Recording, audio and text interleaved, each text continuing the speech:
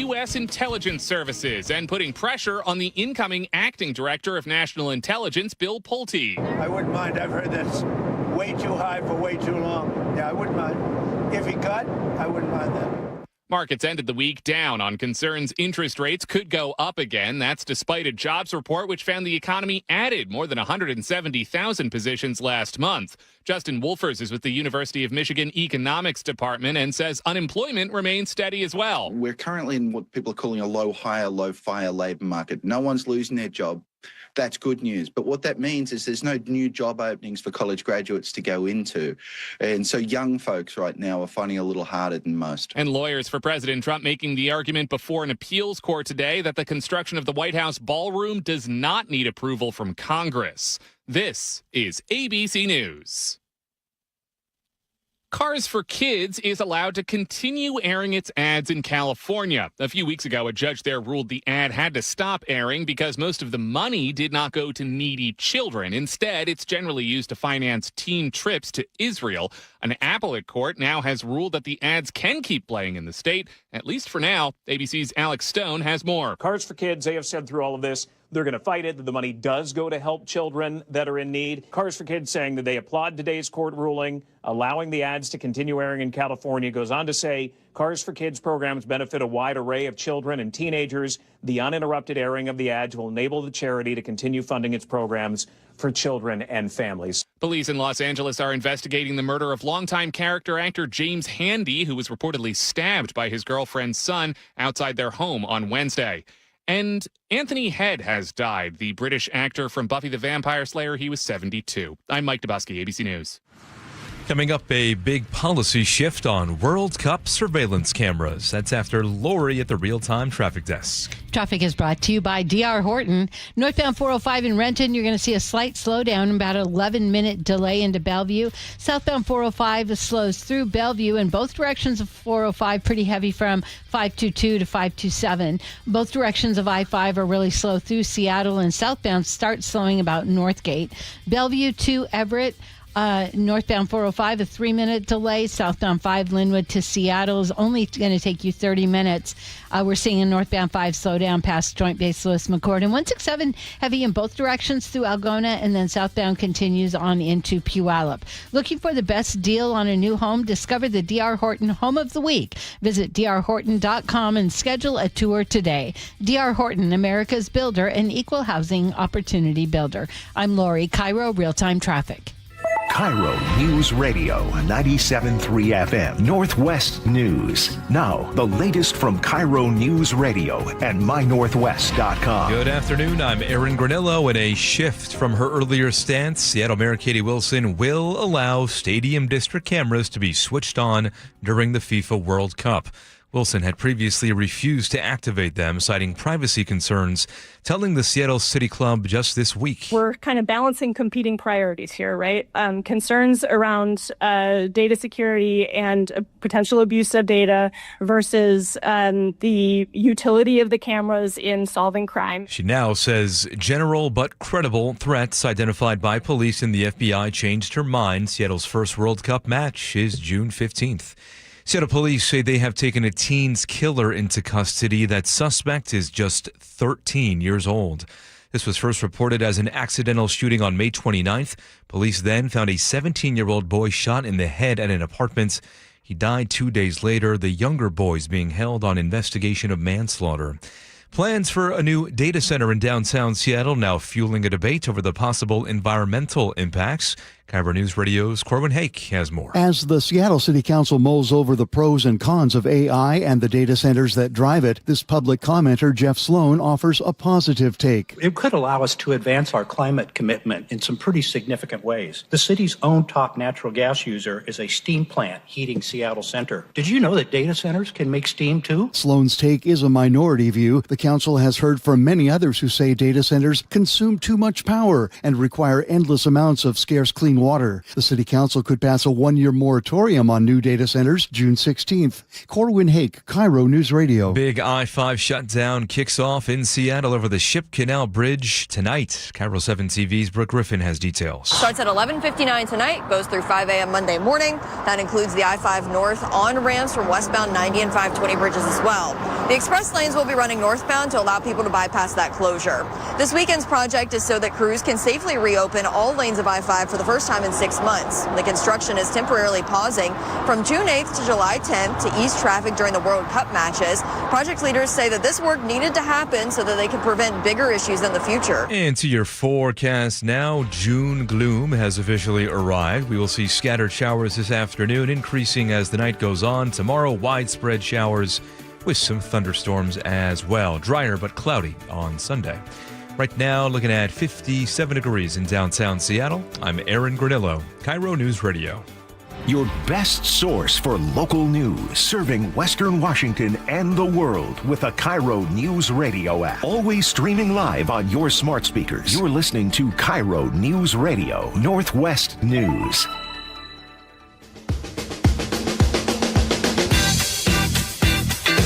Well, good afternoon. Welcome to the John Curley Show. Tim Gatos, Greg Tomlin in for John today on this Friday, this beautiful day here in the Pacific Northwest. And yeah, it's Friday, but I tell you, we got a great show. I tell you, Greg, I mean, it is always a blast to be able to be here and do this with you. Thanks for doing this. Likewise. Today I'm describing us as the talk radio guest host duo that presents a general but credible threat to the ratings book.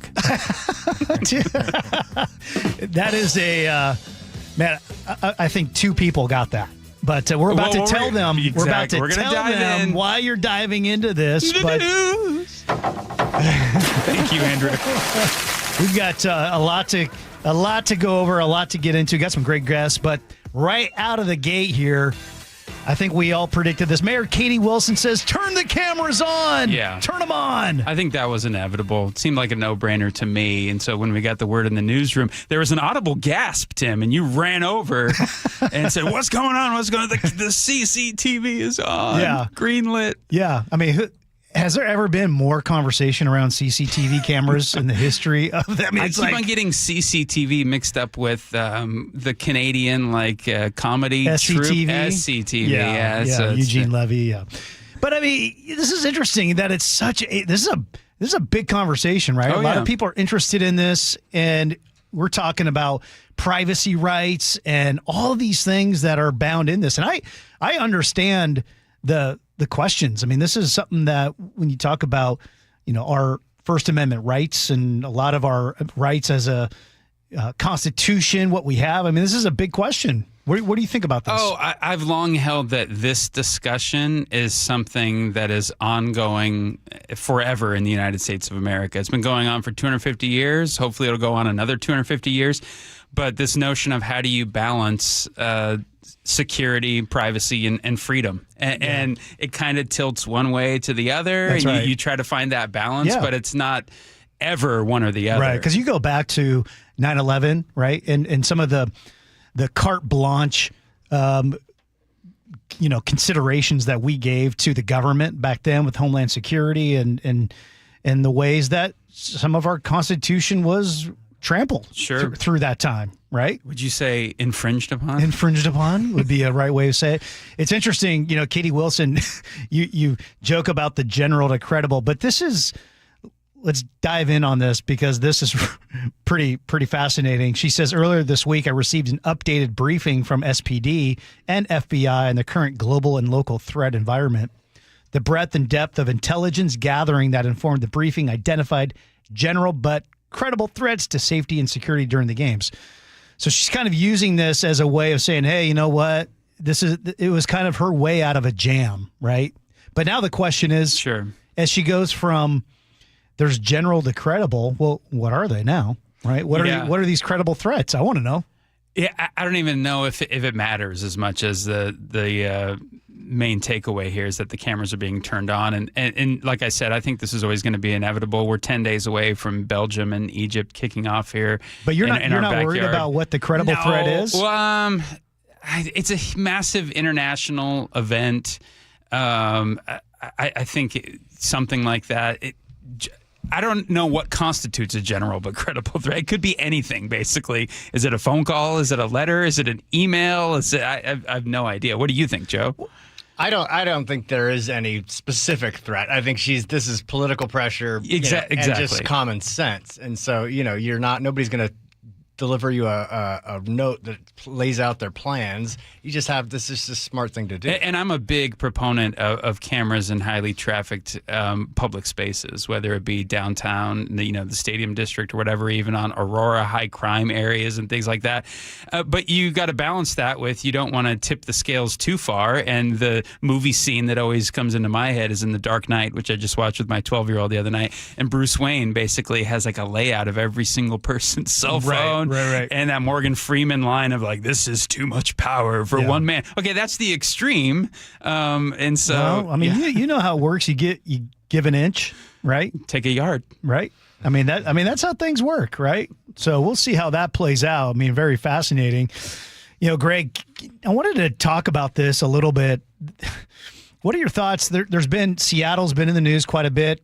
West Coast, Spencer Pratt down in L.A. running for mayor. He's making allusions to Seattle, how some of the homeless, quote unquote homeless, are going to, make their way up here to Seattle. Katie Wilson responded to this. Did you check this out when she responded to this? I did, yes. And for those who don't know of Spencer Pratt, he has kind of made national headlines because he is running as a conservative. I wouldn't necessarily even call him that as far as his ideology, broadly speaking, but he's presenting a binary choice to the people of L.A., and one of the main things he's emphasizing is the homeless issue and what an abysmal failure it has been on by the city politicians down there of addressing it.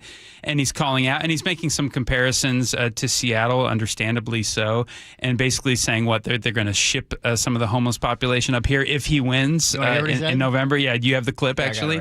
What are your plans for the over 40,000 homeless in Los Angeles? Yeah, they're not homeless. They're drug addicts. Most of these people are addicted to fentanyl and meth. When I unplug them and say, we're not taking our tax money anymore, they're all going to Seattle, where the mayor will welcome them. These are products to a lot of people. So the people that want to keep doing drugs and live on the sidewalk, a lot of these people are going to leave. The other ones, there's a lot of criminals. There's people that are getting naked in front of kids. They're going to jail. The people that are torturing animals, they're going to jail. So not everyone goes in the same box. The thing that kind of gets me a little frustrated in this. Is that a general but credible threat towards the city of Seattle from Spencer Pratt? I just don't like these there's so many general comments that really frustrate me when it comes to this, right? Because here Spencer Pratt says, well, they're all drug addicts, right? We know that's not true, right? Because that's a very stereotypical comment. And in the same way that Katie Wilson, and we'll get to her response on this, because Katie, in her response to Spencer Pratt, says, well, we all know that, homelessness is just a housing issue. And that's off as well. Like, we make these very broad, extreme arguments that are in no way are they nuanced or accurate, because a lot of those people are on drugs 100%. We know the data shows that, but to say that they all are, or to say that, the homelessness issue is directly about housing, and we can get into that in 1 second, is not accurate. I don't know, Joe, if you can play this. Well, I'm not going to respond to him, but I will respond to you all. I think it's very clear when we look at the data. What is driving homelessness is housing costs. There is a very, very clear correlation between housing costs and homelessness. And that does not mean that drugs are not a factor. They absolutely are a factor, right? Helping someone out of homeless is not as simple as putting a roof over their head. This is the thing, Greg, that over many years has been very discouraging to watch this play out. Mm-hmm. And now Katie absolutely tripling, quadrupling down on this. There's really no sense of understanding root causes, which is very frustrating in this conversation, because just to say, well, yeah, Mayor Wilson, you are incorrect. You are incorrect. There's no conversation that I hear in Seattle, in King County right now, about what really is happening, I don't know if are you familiar with the ACE score? Mm-mm. Do you know that? No, what's the ACE score? So the ACE score, ACE stands for Adverse Childhood Experiences. Okay. And there is some pretty significant studies that were done 20, 30 years ago, Center for Disease and Control. And they found out, and they would give these ACE scores, and found out that homelessness in our country is directly tied to the ACE score. And I'll share what that is in a second. So they came up with a list of 10 things, and it is all directly related to childhood trauma, neglect, sexual abuse. So there's 10 things on the ACE score, and if you've reached X amount, right? If you're 7 or 8 of them, then you have your chances of homelessness skyrocket. So, for instance, physical abuse, sexual abuse, lack of love and support in the home, chronic or recurring hunger, loss of parent through divorce or abandonment, physical abuse, substance abuse in the home. So there's 10 things. So this study that was done, this is 89% of people who are homeless have had at least one on the ACE score. Okay, so they experience some level of childhood trauma. 53% have had 4 or more of those. So very significant trauma. Then you translate that to the general population. It goes only 38% of the general population has one of those. So 89% down to 38%, and then only 3% of the general population has had 4 or more of those. So all that to say, there's these root causes that we see that are happening that we don't even talk about. We don't address that there's issue.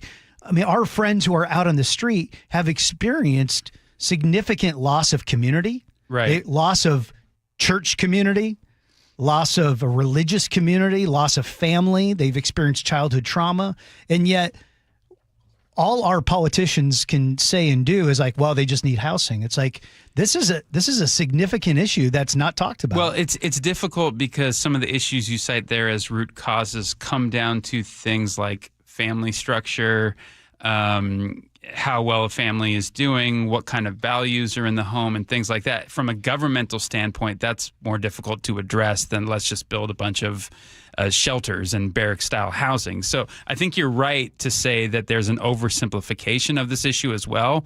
I put sort of dueling philosophies at a head here.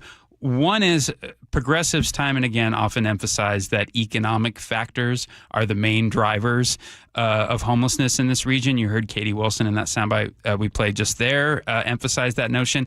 Conservatives will often cite behavioral factors as being causal here. With Seattle as a city being deep blue in its politics, as well as the state of Washington being deep blue in its politics, we've now spent $1 billion a year on finding solutions that try to address the economic explanations rather than the destructive conduct explanations of this, right? And it's put us in a much worse place in terms of the homeless issue, even in just the last 5 years alone, right? Right. So I don't care. To me, this isn't like a left or right issue. It's time to try something different. Yeah. I don't care what side you're on here. I don't care who the person is that gets elected that has any kind of power in this regard. But how about we at least try to operate under the opposing premise for at least a time to see if that has a positive effect? Because what we've been doing has had the inverse effect. But the reason that this will never be tried is because it's uncomfortable to call out personal responsibility, and it's much easier to blame systems. It's much less personal that way, and it's kind of this big bad boogeyman and business and the economy, and it's so pricey out there. Greg, we do have examples of things that are working in our city, and we don't act, and we overlook it. We have there's 2 in particular organizations who focus on the whole person, right? Because that's what we're talking about, right? We think it's just an economic issue. No, we're talking about the whole person, and how do we care for the whole person with friendship and community? Because that's a huge part of why so many people are homeless, right? Personal lives out of control. Yeah. So here's the example that we completely miss. Here's data from 2022. So King County Regional Housing Authority in 2022, they moved 115 people from homelessness to permanent housing, and it was $19,000 per person. Okay.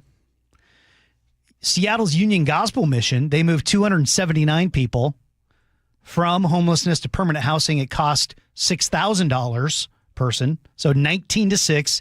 Then the Salvation Army, okay, they moved 640 people from homelessness to permanent housing at a cost of $2,000 a person. Seems like a bargain. I mean, think about what we're doing, what our government is doing, as we all know, because we have eyes to see, is not working. Well, and again, I mean, to tip over some of my philosophical and ideological cards here, it just seems to me that the more that government decides to get involved, it exacerbates the issue rather than seems to find a remedy or a cure for it. I want to go back to the Spencer Pratt thing for a moment. Yeah. Where he said he's basically, if elected, I'm going to ship homeless people up to Seattle. By the way, he said they would go. They would go up to Seattle. Okay, so they would be forced out of there because they can't do, in his opinion, drugs in peace on the streets of LA. They'd be attracted here. Right. Exactly. So right. Do you think, because he's primarily known for being a reality star, right? And he was kind of a jerk when he was a reality star, but he looks back upon that time and says, oh, that was just, I did that all for the cameras, and everybody knows reality TV is fake. Donald Trump was a reality TV star once upon a time.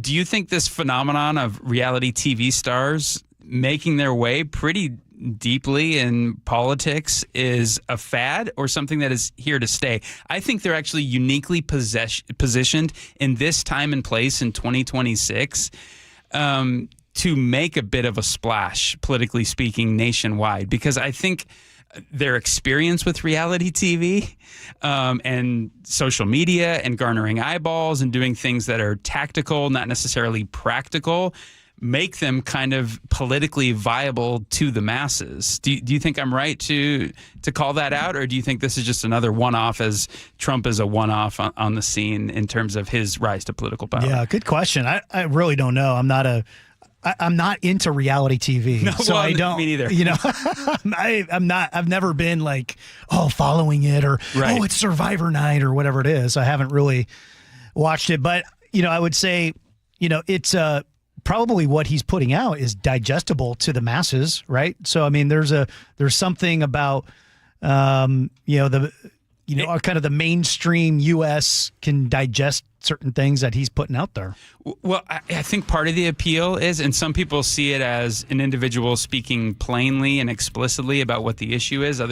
People think it's bluster and bravado, but there is something that appeals to millions of people who think they've been gaslit over the past 5-10 years about what's happened right under their noses in their own cities with things like the drug problem. I mean, it should never be normalized that we just see a homeless guy taking off his pants and just let loose on the side of the road. Right. But you can see that. I've seen that at least twice in downtown Seattle. Yeah. And the fact that I've even become a little desensitized to it just because it's become more and more commonplace. Then a guy like Spencer Pratt comes along and it's like, are we insane here as a society?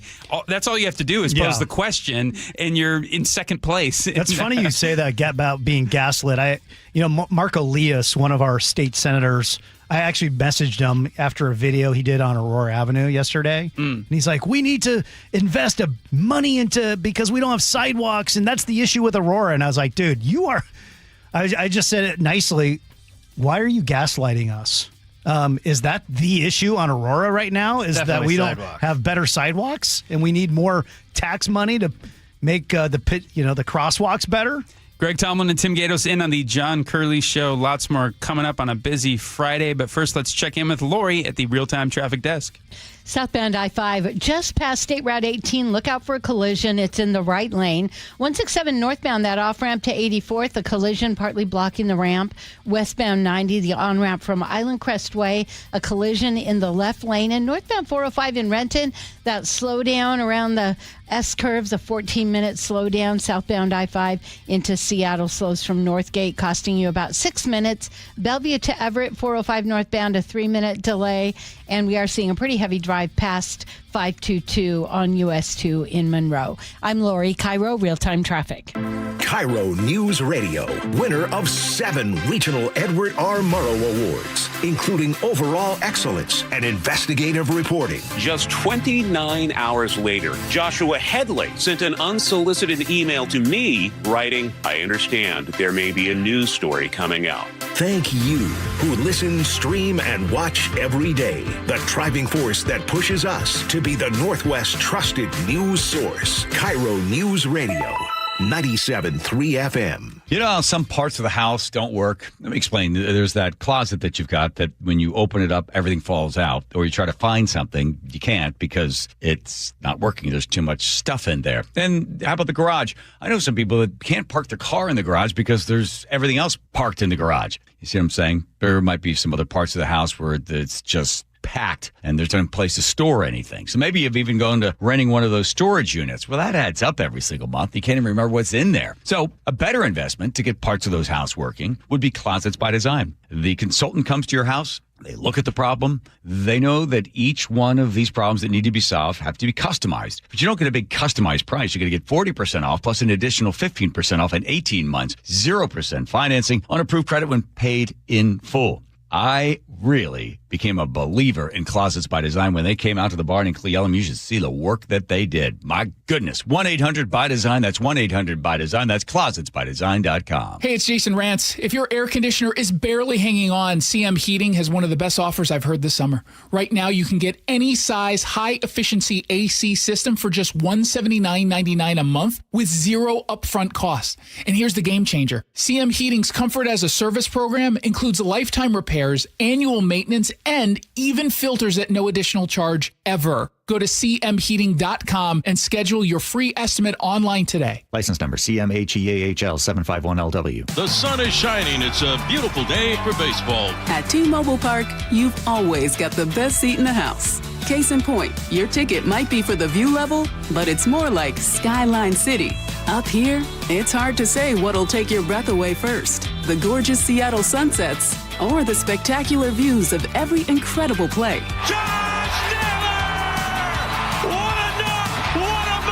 If you like value with a view, it's the perfect place to take quality time with the family to a whole new level. Literally. A bases clearing, 3-run double. Everybody on their feet here at T-Mobile Park. Mariners baseball. Trident's up. Don't miss out on Mariners fireworks nights all summer long. Presented by T-Mobile. The next show is coming up on Friday, June 19th as the Mariners take on the Red Sox. Go to mariners.com/fireworks to get your tickets and check out this year's complete lineup, including themes like Patriotic, Sing Along, 50 Seasons, and more. I just can't dig it. Dig what? My water line. Needs replacing? And I don't want digging in my yard. And maybe your driveway. Can't dig it. Don't dig it. But how do you? Apollo Plumbing replaces water lines without digging up your yard. You're Dan. From the Ready Right Now plumbers. Apollo Plumbing. Our trenchless technology replaces water and sewer lines. Without digging up my yard? 2 little holes is all it takes. Sounds better. Faster, too. And my yard? Like we were never there. Sounds spendy. Not so much. Oh? In the end, about the same as that messy digging you don't want. How do you figure? Think about that landscaping you love. Yeah? Trenchless means you won't be paying to replace it. Or my driveway. We run everything underground. Trenchless? Do them all the time. How about... Easy payments? Yeah. With approved credit. Sure thing. When can you get started? We are the Ready Right Now plumbers. Love that. Apollo Plumbing, trenchless waterline replacement. Sewer lines, too. Can you dig that? That I can. ApolloPlumbing.com. Your medication for enlarged prostate is working. That's what you tell yourself. You're up 3 times a night instead of 5. The urgency is manageable. The stream's not great, but it's fine. That's the problem. Fine. Enlarged prostate, or BPH, doesn't pause because the medication takes the edge off. The prostate keeps growing. The bladder keeps working harder. And over time, those changes can be harder to reverse. But surgery? Not for you, right? Aquablation is not the surgery you're picturing. It's the only ultrasound-guided, robotic-assisted therapy for enlarged prostate. Don't wait until things become unbearable. Find an Aquablation urologist near you. Call Aquablation Seattle at 206-666-2466. 206-666-2466. That's 206-666-2466. All surgical treatments carry risks and results may vary. Side effects may include urinary symptoms, mild pain, ejaculatory dysfunction, or infection. In rare cases, complications to the urethra and rectum may occur. Aquablation therapy may not be right for everyone. Talk to your urologist to learn more. Visit aquablationseattle.com. Holy smokes! The On Cruise Adventures Rick Riz Show. What happened at the ballpark yesterday? Sparky's sitting on my scorebook here, my cat. Friday mornings at 8:15 on Seattle's Morning News. Underestimating the trucking industry is one of the biggest mistakes I see victims and other lawyers make. Trucking companies have an army of lawyers and experts who act quickly after an accident to protect the company. Only an experienced trucking accident lawyer can navigate the complicated federal and state laws to protect your rights. If you or a loved one has been injured in a trucking accident, call Davis Law Group today for a free consultation or get my free book on trucking accident law at washingtonaccidentbooks.com. KIRO News Radio 97.3 FM Northwest News. Now, the latest from KIRO News Radio and mynorthwest.com. Good afternoon. I'm Aaron Granillo. The King County Regional Homelessness Authority answering questions after a recent audit found that agency mismanaged $13 million.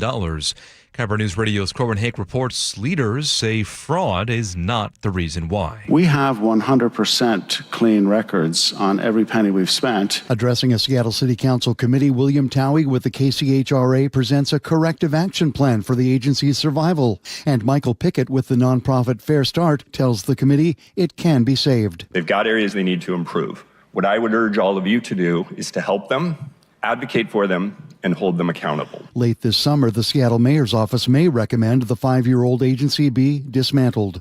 Corwin Hake, KIRO News Radio. Better than expected jobs report came out today. The Labor Department says 172,000 jobs were added last month. More from ABC's Perry Russum. Some analysts say this should really stop any talks, of a recession, with one expert telling us that recessions do not happen when the labor market is moving like this. But remember, this is just one part of the overall economy. The price of food is still up. The price of gas and oil is still up. Now, the positive jobs report led to a steep sell-off on Wall Street. The Nasdaq down 4%. Dow lost nearly 700 points. Investors fear a hot labor market could lead to rate hikes.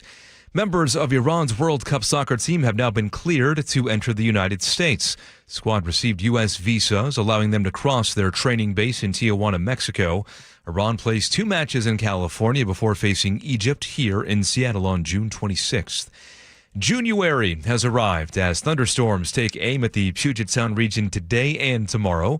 National Weather Service meteorologist Matthew Cullen says Saturday appears to be the bigger threat. Maybe a 30 to 35% chance, so a much higher chance for seeing some thunderstorms around the area.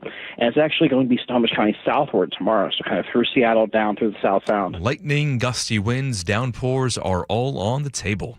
Now to the real-time traffic desk at 3:33. We check in with Lori. Traffic is brought to you by Wilcox Farms. Southbound I-5 right past State Route 18. Look out for a collision. That one's in the right lane. Southbound 167, it's the northbound direction, the off-ramp to 84th, a collision on the ramp. Still looking at a problem westbound 90, the on-ramp from Island Crestway, that's in the left lane. You're going to see a slowdown northbound 405, Renton to Bellevue, about a 14-minute delay. Southbound I-5, Everett to Seattle, 6-minute slowdown. Linwood to Bellevue, only 5 minutes. Slow down, that is. 8-minute delay if you're taking I-5, 520, Seattle to Redmond, and it'll only be a 3-minute delay if you take I-90.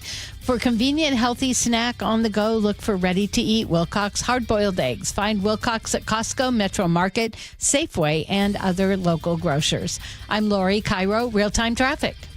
Increasing showers for this afternoon and again into tonight. Come tomorrow, the storms will be widespread from about 11 a.m. to 7 p.m. Chance for some lightning and downpours as well, and also some mountain snow. Right now, 64 degrees and 57 degrees in downtown Seattle. I'm Aaron Granillo, KIRO News Radio. Your best source for local news. You're listening to KIRO News Radio, Northwest News. This hour brought to you by Home Comfort Alliance. Greg Tomlin and Tim Gatos in on the John Curley Show. Wow, Tim, U.S. payrolls rose 172,000 in May, much more than expected. The Trump effect? Dude, he's on a roll right now. I don't know how to make sense of the stock market. Job numbers come in huge. Dow's down 700 points. Maybe I'm one of those weird people that follows the Dow on a daily basis, thinking that there's some rhyme or reason that it'll react the way that it rationale would. Greg, if you knew, you wouldn't be sitting here right now. That's exactly. Oh, that's real nice. Thanks for that. That's a compliment. Okay, that is a compliment. Hey, you got a good show. Guess who's coming up? Julie Kang. Julie Kang. We scored Julie Kang. Yep. And then let's go. And then tomorrow up in Aurora Avenue, this has been making international headlines. International headlines. Neighbors have been, they put out the planters and trying to, circumvent the pimps running around the neighborhood. They're doing a huge event tomorrow. It's a walk against the traffickers and the pimps. Okay. And so we're going to have one of those neighbors join us who's putting on this, essentially this walk, along with former Seattle City Attorney Ann Davison, who's part of that as well. So you're not going to want to miss that. That's coming up later. But first, how often do you take light rail, Tim? I take it, average once every 2 months. Okay, to go to a sporting event? Is it a day-to-day life kind of thing, or usually when you're typically trying to get airport? Okay, typically airport. Yep. First time I used the new line to go from the east side into downtown Seattle was for a Mariners game about a month ago. I caught the one on Mercer Island, went in, seemed pretty seamless. There were dozens of people that were on the light rail with me. I didn't pay anything to get on. As far as You're I could, supposed to. As far as I could tell, no one around me paid anything to get on. You didn't pay. You're outing yourself right now. Then I Greg. came back to the east side, didn't pay a dime, didn't notice anybody else paying either. My wife just went to an M's game about a week ago. The first thing she texted me was, nobody's paying here to get on and off this thing. It's really easy to do, and it was great. We had a fun time, but yeah, nobody's paying. Did you think about paying? You gotta have to ask her on that one. Did her that's what a lot of conscience people eat say. away at her for That's that? what a lot of people say when they go inside of Walgreens right now. They're like, "Oh man, this ice cream's easy to take." Everybody else is doing it. I don't ride it very often, but I pay every time I do. Last time I talked to Sully in here, he was of the opinion, or maybe it was data backed, that like 70 to 80% of people that ride don't pay. And I was flabbergasted at that number. Maybe we want to get a fact checker on that. But I was not surprised to see this story today that Sound Transit is proposing fare gates at 14 light rail stations. And I'm just scratching my head as to why they didn't have fare gates originally and how they thought they could rely on the honor system here befuddles me. I'm sorry I used the word flabbergasted and befuddled. Within 2 minutes of each other, but I had no better words. It's about 63%, by the way. That don't pay? Yeah. Okay. What's funny to me about this story just was, came out today. They had to do a study, right? Okay. So think about this. Sound Transit had to do a study to examine to see if putting in fare gates is going to help their bottom line. Like, why? Let's have 8 meetings and 3 committees. I want to know how much we paid for that study. Quick correction. It's actually 63% that do pay. Really? Yes. So I've heard numbers on all sides of this. I don't know what to make of it. So it's not painting you in a good light. Can that's you for sure. Can you explain to me, Greg, why would a study need to be done to show that, if we get fare gates and we actually tell people they need to pay and enforce them to pay, that this is going to help our bottom line? And oh my gosh, maybe that $35 billion deficit, maybe that'll help a little bit. So a financial analysis estimated construction costs between $80 and $88 million to put these fare gates in, with a return on investment occurring within 2 to 5 years after implementation. And again, to me, it speaks to the notion of why weren't these put there in the first place? Do you think that was ideologically driven? It seems just like very commonsensical to me to go, oh yeah, you need to make it so people are forced to pay before they get on this. Well, there are people, some of our political leaders are on the record saying doing such things is racist. I mean, truly. I mean, some of our political leaders said that, and actually having transit security agents who are walking around like similarly. So we've kind of shot ourselves in the foot numerous times with this. The question that I think we all need to answer is, at what point do we just move beyond some of the,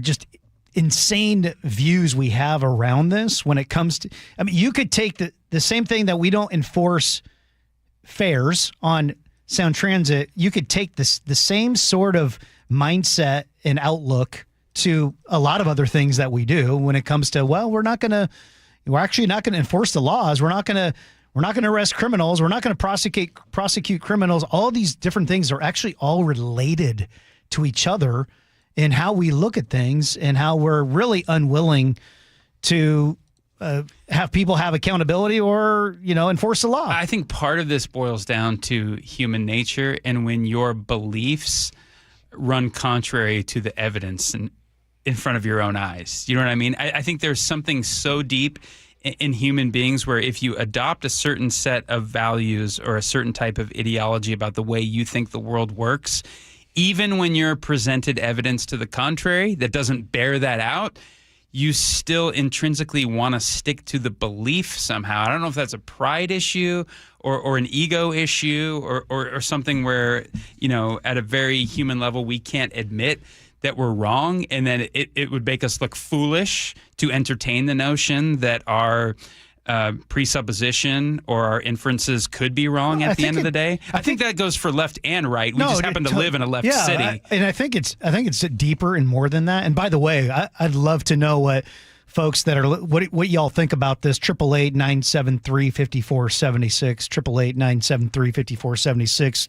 Text us. Let us know what you think. Greg, I think it's even deeper than that and for all of us, because we all have, belief systems, things that we think are true. And because I think in a lot of ways, the ideology for many becomes quote unquote religion, right? And it's kind of your truth in life. And so if you go against your truth in life, what do you have at that point? Because it becomes really your identity, right? So if you go against... Yeah, they're linked for sure. If you go against your identity, then... What are you? Truly, no, I'm being serious. Like, what are you if you...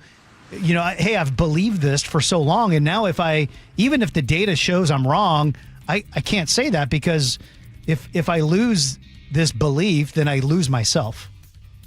Man, I love when you get philosophical, Tim. Well played. Greg Tomlin, Tim Gatos in on the John Curley Show. Let's send it on over to Lori at the real-time traffic desk. We'll be right back. Traffic is brought to you by Carpet Liquidators. Southbound I-5 right past State Route 18, a collision in the right lane, and your stop and go from 272nd all the way past the scene to 167 Bay Street, both directions of 16. Pretty slow past Center from an earlier incident. Seattle to Everett, an hour, 4 minutes. 16-minute delay, Bellevue to Federal Way. And 520 westbound, you're going to see a slowdown approaching I-5. I-90 eastbound slows approaching the bridge deck, and then again right at 405. Why pay retail? Save big with the largest carpet and hardwood flooring selection at Carpet Liquidators. 7 locations. They got you covered at Carpet Liquidators. I'm Lori. KIRO Real-Time Traffic. KIRO News Radio is honored to be the recipient of 7 regional Edward R. Murrow Awards, including Overall Excellence in Writing. We can't let hatred become the air we breathe. It poisons us all. Our strength is in unity. We thank you who listen, stream, and watch every day. The driving force that pushes us to be the Northwest trusted news source. KIRO News Radio, 97.3 FM. Healthcare costs are rising, and a major driver is hospital prices. They've increased more than 250% over the past 25 years. Families and local businesses are feeling it. At Primera Blue Cross, we're working to change that by negotiating with hospitals to secure fair, responsible prices so you can get the care you need at a cost you can afford. That's coverage that counts. Learn more at coveragethatcounts.premera.com.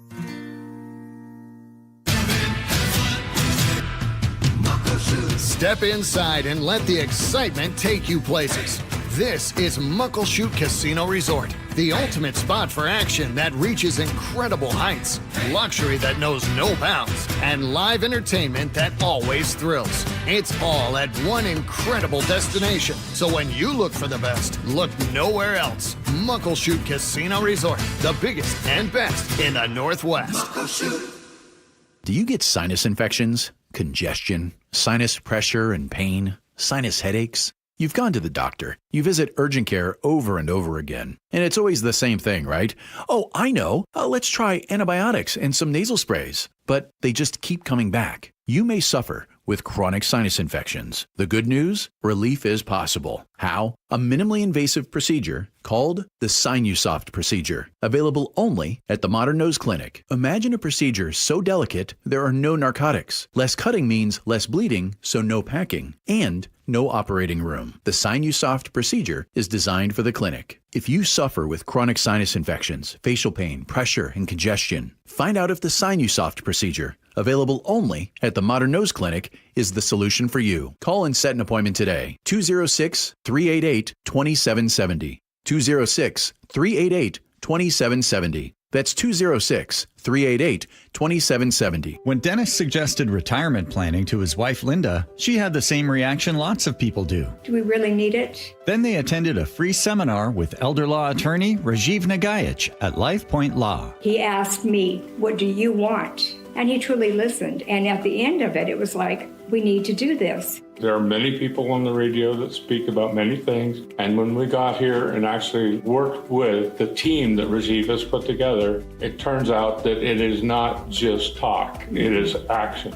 And in the worst case? I said to him, if something happens to Dennis, what would I do exactly? And he said, you pick up the phone and you call Rajiv or you call me. And that right there was like peace of mind. Register for a free LifePoint Law retirement planning seminar in Tacoma on June 4th, Mukilteo June 6th, Lacey June 9th, or Bellevue June 13th, 6:30 p.m. Space is limited. Sign up at lifepointlaw.com. That's lifepointlaw.com. Hey, you know Earthwise Salvage in Soto? That really cool place with all the amazing doors, windows, and other treasure? Great news! They just opened a brand new location nearby. The Salvage Lumber Warehouse is ready to serve as a central resource for contractors, builders, home DIYers, and hobbyist woodworkers, providing access to clean, de-nailed lumber ready for reuse, flooring, beams, siding, mantles, live-edge slabs, and so much more. All harvested from structures, not forests. Visit ewsalvage.com.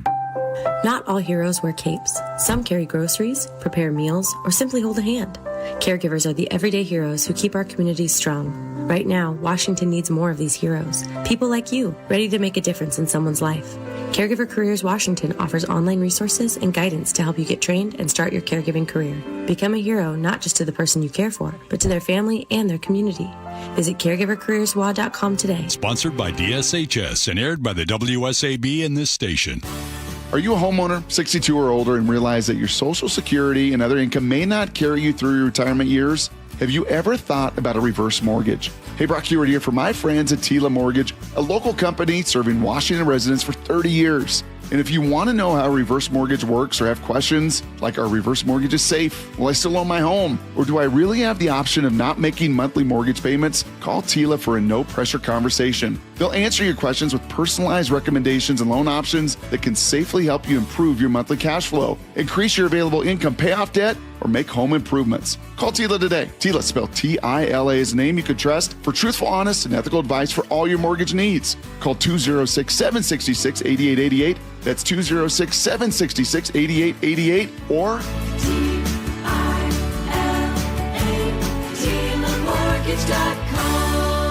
Insurance and property taxes are borrower's responsibility. Tila Mortgage LLC is a mortgage broker. NMLS 2472046. Guys, it's Men's Health Month at Revive Seattle. Get a free comprehensive wellness panel. It checks your testosterone, blood sugar, heart health, and more. Valued at $400. Offer ends June 30th. Call 206-529-1111 or visit ReviveMen'sHealth.com.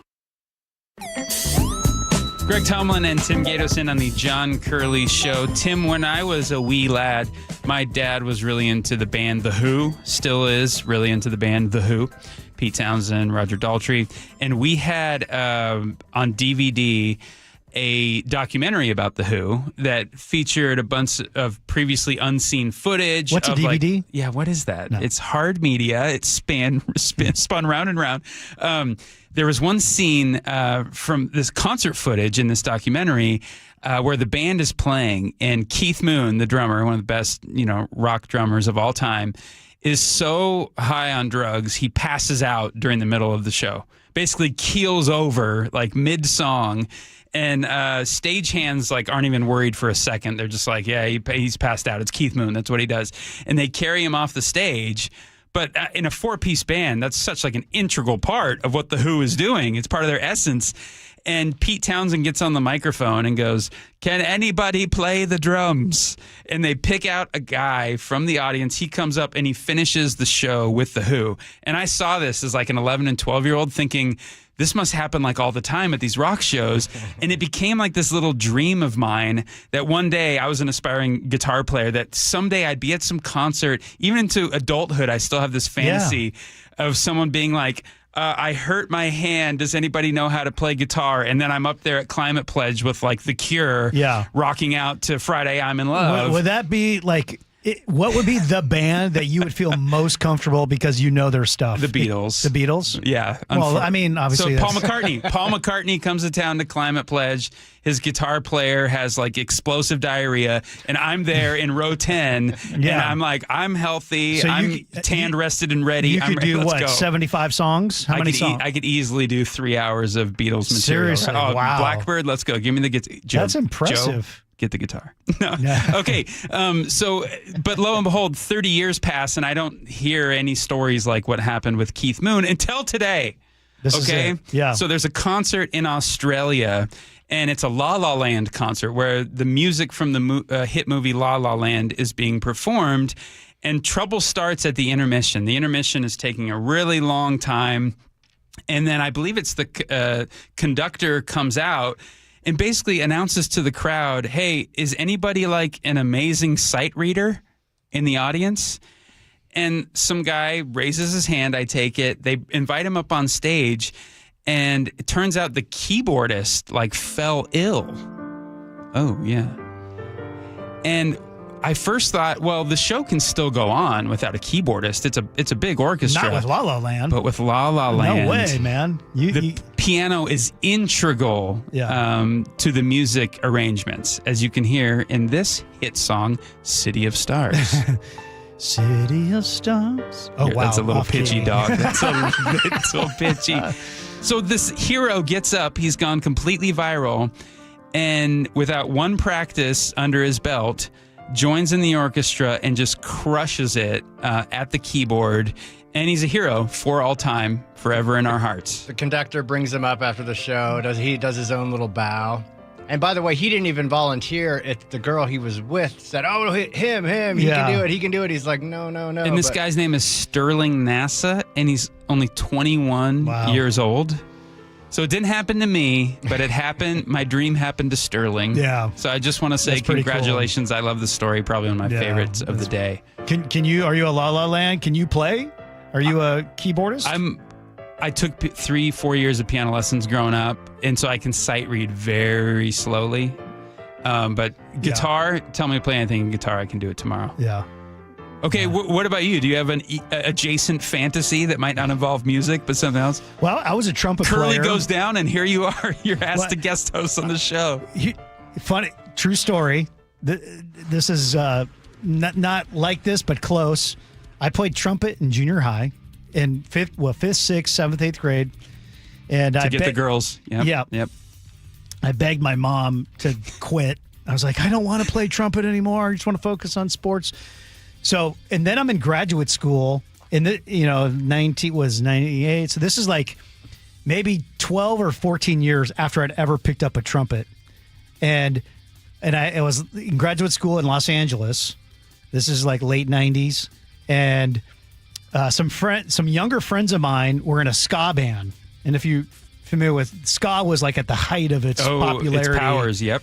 Back then, the Biney Body Boss Stones and No Doubt and all that kind of stuff. And down in L.A., that scene was huge. So these guys, they said, hey, our trumpet player quit.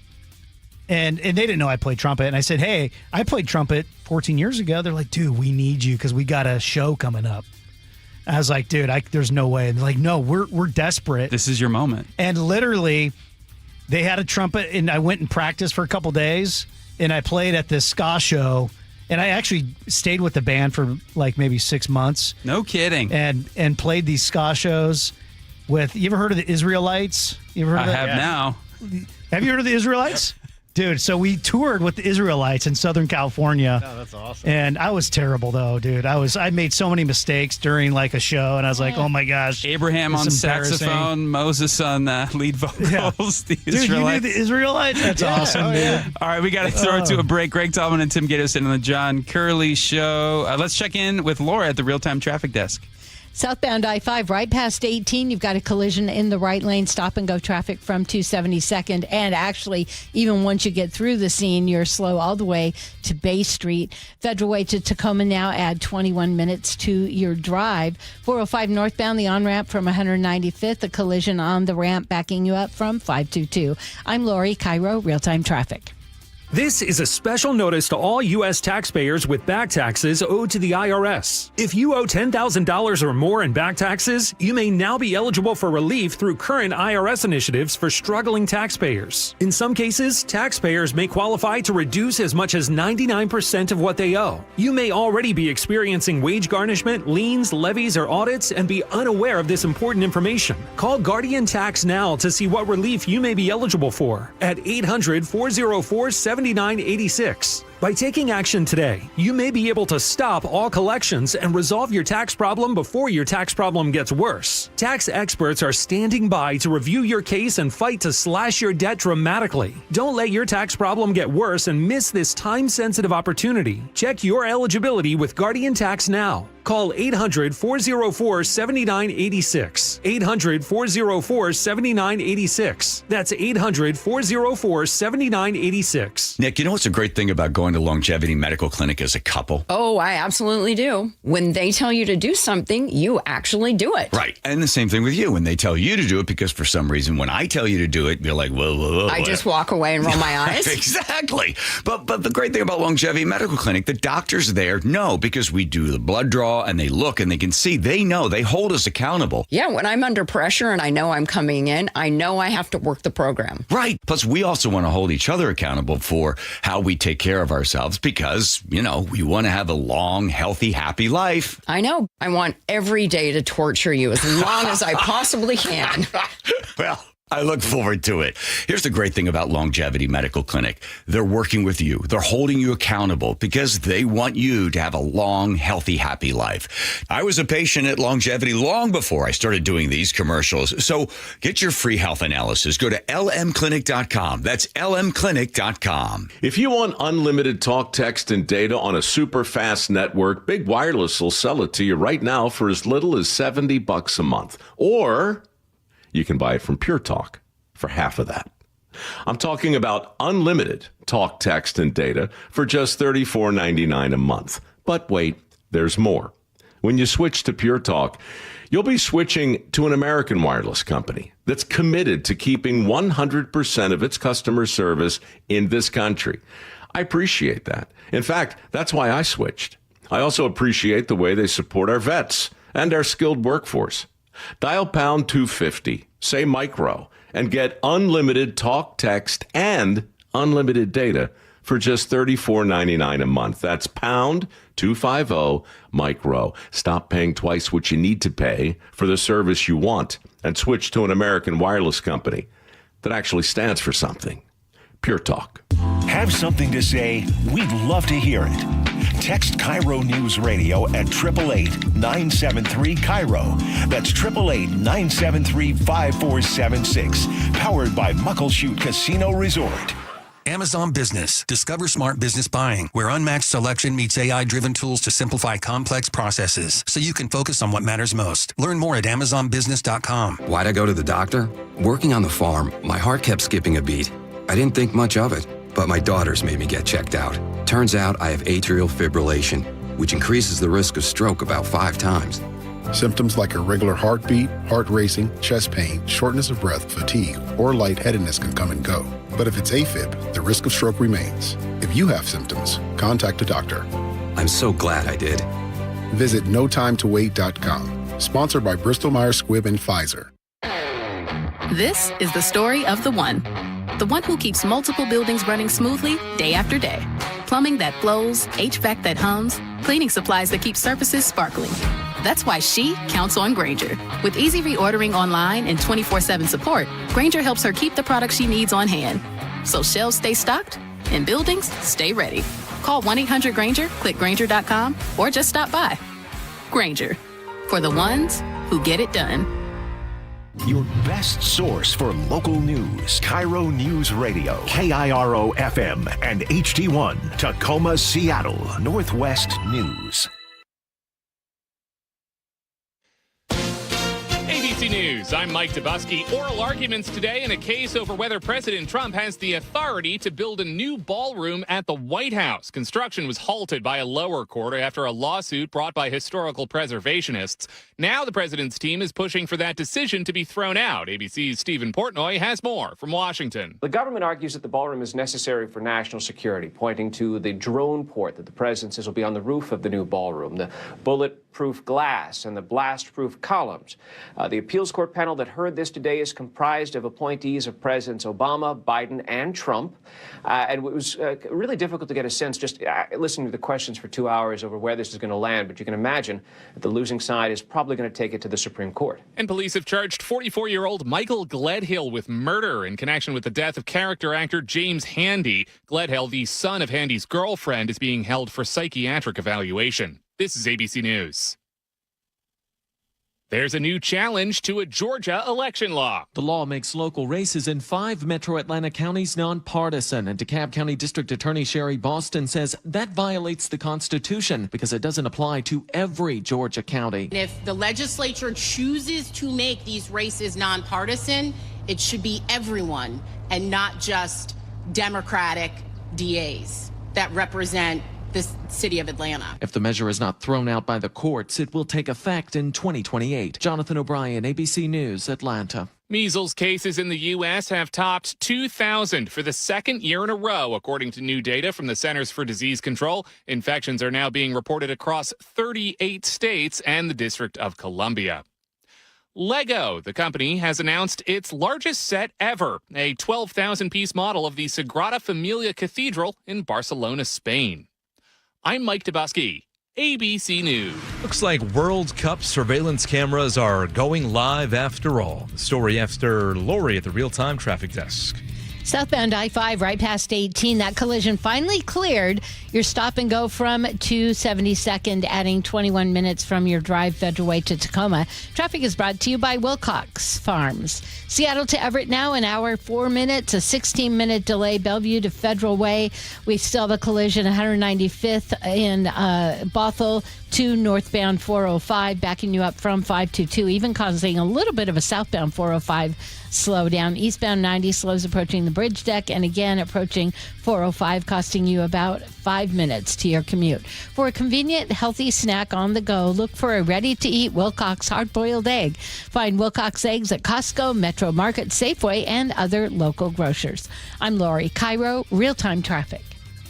KIRO News Radio 97.3 FM Northwest News. Now, the latest from KIRO News Radio and mynorthwest.com. Good afternoon. I'm Aaron Granillo. Seattle will have those surveillance cameras on during the World Cup games. Mayor Katie Wilson made the announcement today after meeting with the FBI and police, saying they've identified, quote, general but credible security threats.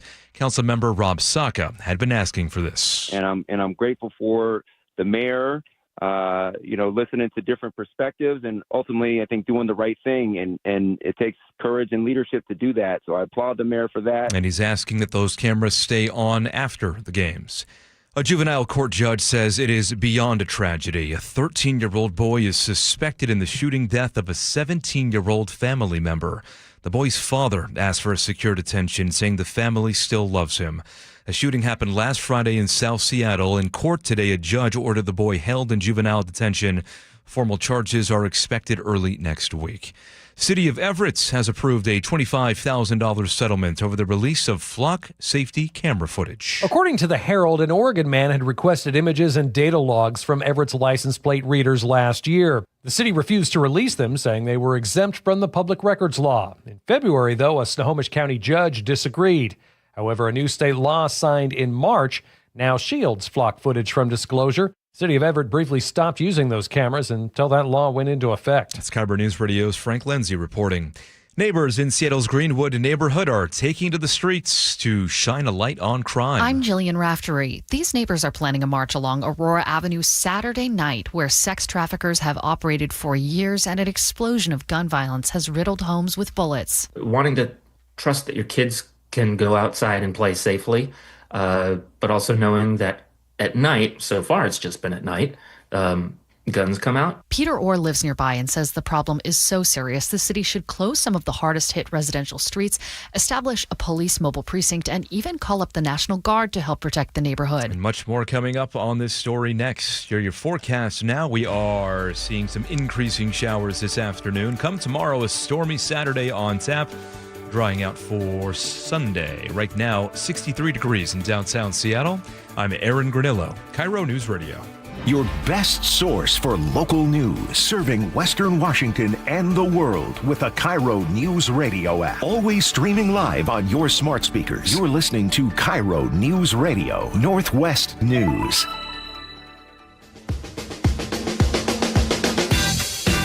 Welcome back. Tim Gatos, Greg Tomlin in on the John Curley Show. Thanks for being with us on this Friday. Beautiful day here in the Pacific Northwest. 888-973-5476. Text us. We've got a great program. You know, District 5, which is in the city of Seattle. It's Aurora, Lake City. I live in Lake City, and we have been making international headlines recently. Not for great reasons. You've probably heard about some of the pimp wars that are happening along Aurora Avenue. I mean, we're talking dozens and dozens and dozens of gun violence issues each week, each night. It's unbelievable. Later on in the program, we're actually going to be talking to one of the neighbors. They're along with former Seattle City Attorney Ann Davison. There's a walk that's happening tomorrow, a walk against trafficking and gun violence. We'll talk about that later. Also, we're going to talk right now with a Seattle City candidate for District 5. That's this area. That's Aurora. That's Lake City. Julie Kang is in studio with us. Julie, we're so glad that you took the time to join us. You're coming in and jumping in, throwing your hat in the ring at a very important time for District 5, for Lake City, for Aurora. Why are you doing this? Thank you for having me. I've been a resident in North Seattle for almost 30 years, and I'm just tired of waiting for consistent leadership, someone who's going to continue to fight for public safety on Aurora and economic vitality on Lake City Way, 35th, and beyond in North Seattle. Yeah, I got to ask you right away. So it was even just said in this news clip we ran that, hey, we've got to make a way for it more difficult for the pimps to make their way through these residential streets, and we're gonna, they had to put up planters to keep them from coming through, and the city's response was, well, gosh, yeah, that's going to be an issue, an obstacle for emergency vehicles, obviously. And so our response is we're going to put in some traffic calming traffic calming things to make it more difficult. And here's the thing, Julie, that just stymies me time and time again. Why do we not just say, you know what, we're going to enforce the law on the books. We're actually going to arrest these people. We're going to arrest these pimps, these guys who are out there. I mean, we have them on cameras. Mm-hmm. We know who they are. Why do we have zero political will to actually enforce the law? And instead, we're worried about traffic calming issues. And this is not the first time. Actually, Virgil Flame, after the double homicide, the neighbors actually, we they purchased and put barricades. Same thing at Sandal Park.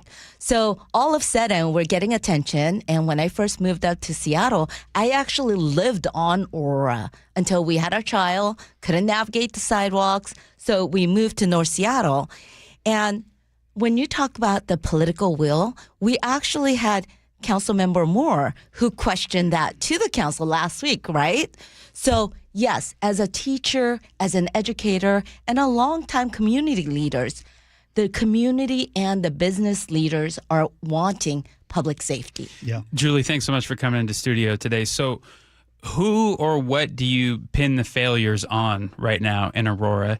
And if elected to District 5 in Seattle here, how would you use your voice to make a positive change? What needs to be done immediately from a governing standpoint?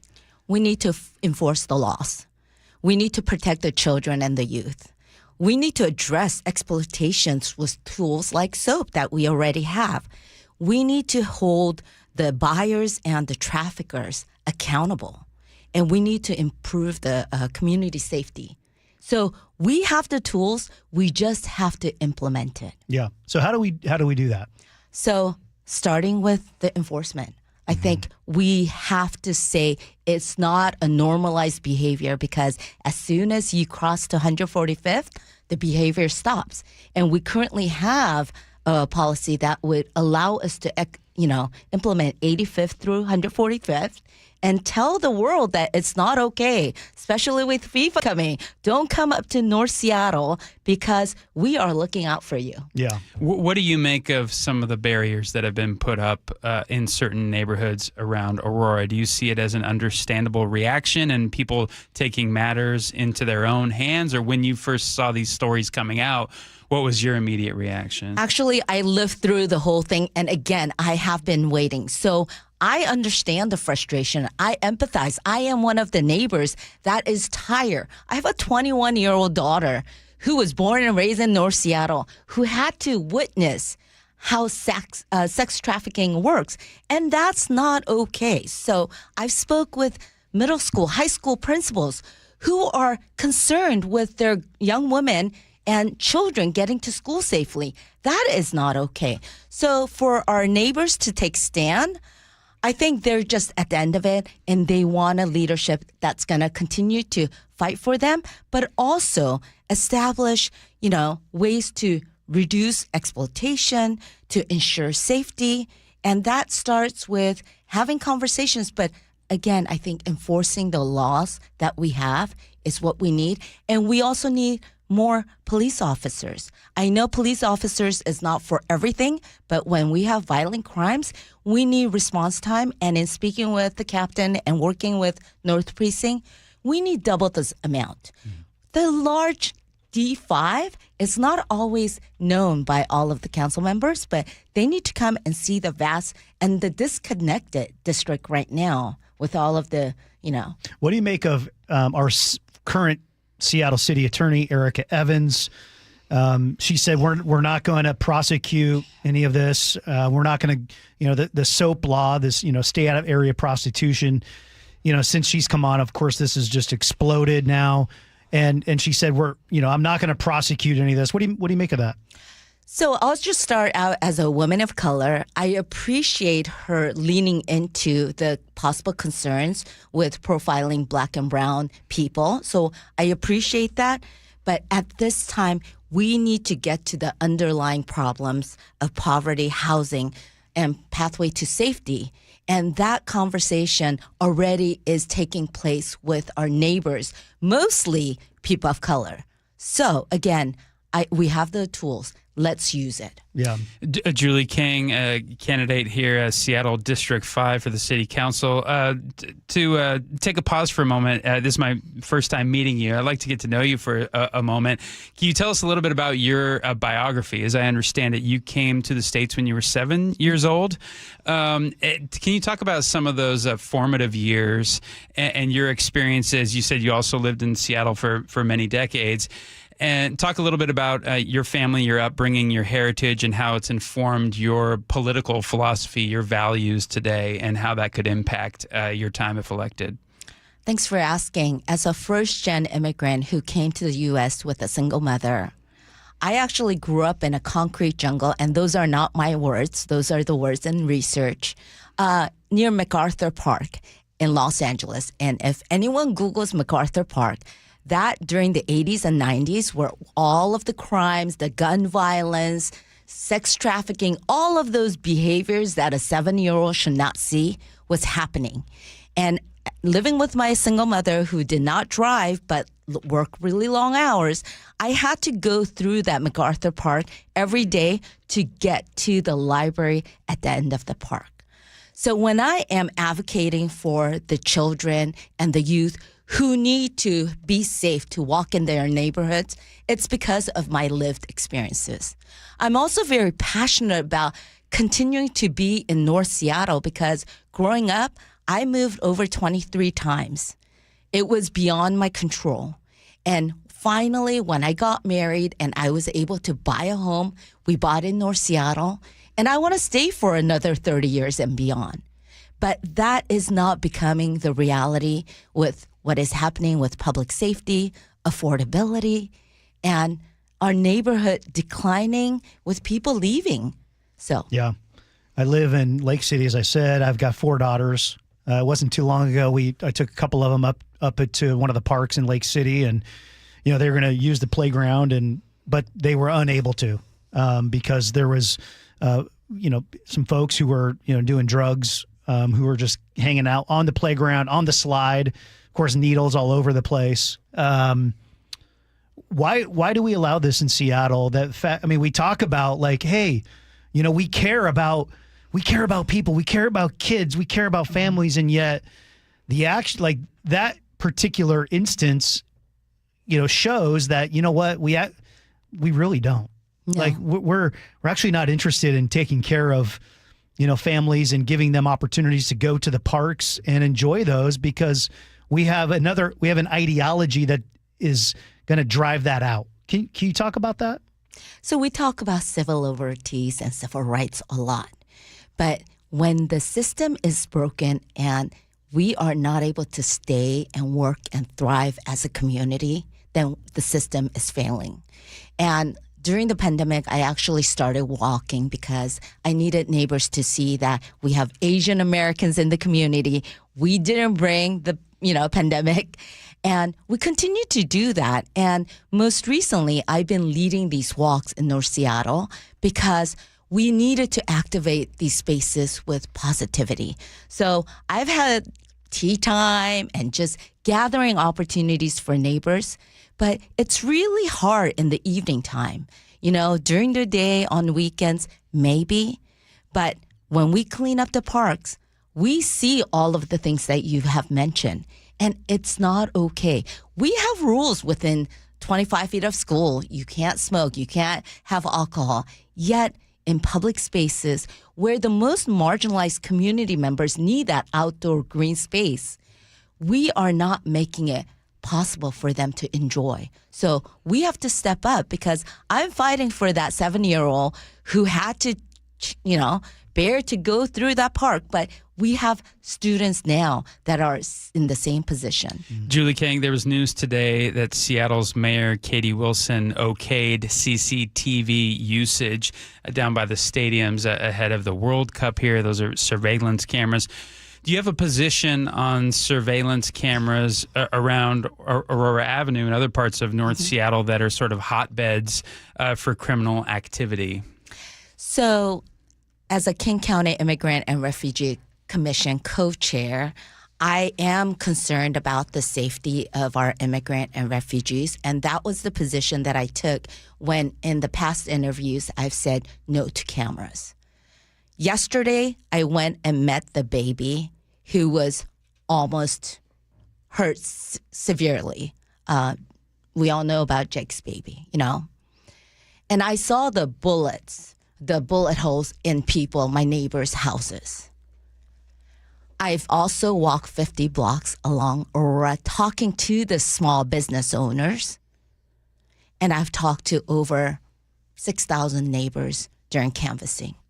They all agree They want the cameras. In fact, they have their cameras. I've canvassed so many doors where I left messages, saying that I'm here. So it took a long time, but I'm grateful that our mayor has changed her position because it's what the community has wanted and demanded. So I'm grateful for that. We've talked some about the challenges to District 5. What's one thing that you think the city is doing well right now? Because we talk a lot about the problems here and solutions, but is there anything you can point to and say, Seattle is spot on this issue and they're doing it right? Well, we're making progress in transportation. We're getting sidewalks. We're beginning to see that. And we have, I'm going to say 3 light rail stations. Pinehurst is coming. We have South Shoreline and we have Northgate. Of course, with infrastructure comes challenges because the growth has to match the infrastructure. And so right now, even with 3 stations, not many of us can really walk to the stations. So we are making some progress. But I would say the gem of the community are the members, our neighbors. They are so passionate and they want the right for our community. So I applaud our neighbors. Julie, you're running against Nailu Jenks. Can you compare and contrast? Why should someone vote for you over Nailu Jenks? Yeah, so I've gotten to know her better after our vacancy opportunity, and I appreciate her passion, but I am all about local issues. I am super focused on Seattle, District 5, and I've been here for 30 years. I've created economic opportunities through the community bank. I have been a neighbor, a teacher, so I'm going to lead with the teacher's heart. And if you look at my resume, professional resume, I've worked really hard to make sure that I have the skill sets to lead the city, to lead District 5. Julie, last question from me before we head into a break here momentarily. Is there a question or an issue that hasn't been talked about a lot in the media that you think deserves more attention? Or is there a question you hoped we would have asked that you'd want to address right now? So we talked a lot about public safety, but I need to bring some attention to economic vitality because we are villainizing a lot of the big corporations. And while we do need taxes to run a city, we haven't seen the follow through and the support for the little guys, the small business owners who are taking a chance to start their first business. And we're not giving them the opportunity to thrive.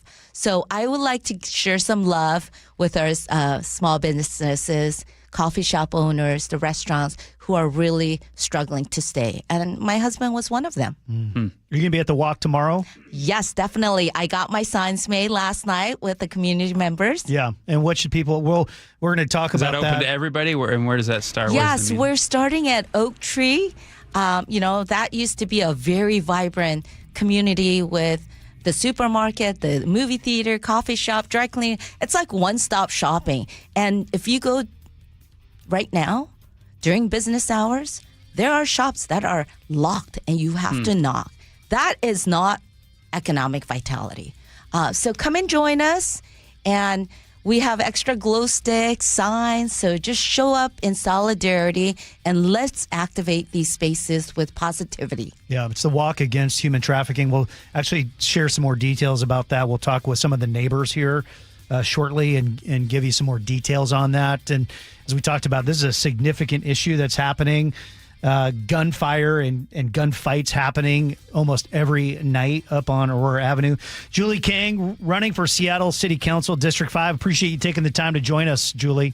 Thank you so much for allowing me to share how wonderful North Seattle can be. Yeah, you bet. Thank you. Tim Gatos, Greg Tomlin in on the John Curley Show. We'll take a quick break, but we're going to throw it over to Lori at the Real-Time Traffic Desk. How we looking, Lori? Oh, pretty good, actually. Traffic is brought to you by Seattle Sports. You're going to see a slowdown both directions of I-5 from 512 to State Route 16.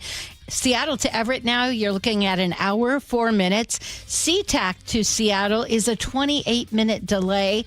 Now, if you're heading from Bellevue to Federal Way, it's going to take you 45 minutes, and Federal Way to Tacoma, not too bad. We're down to 26-minute drive. Now, 405 northbound, the ramp from 195th, a collision on the ramp, backing you up from 522. It's causing you about a 13-minute slowdown, Bellevue to Everett.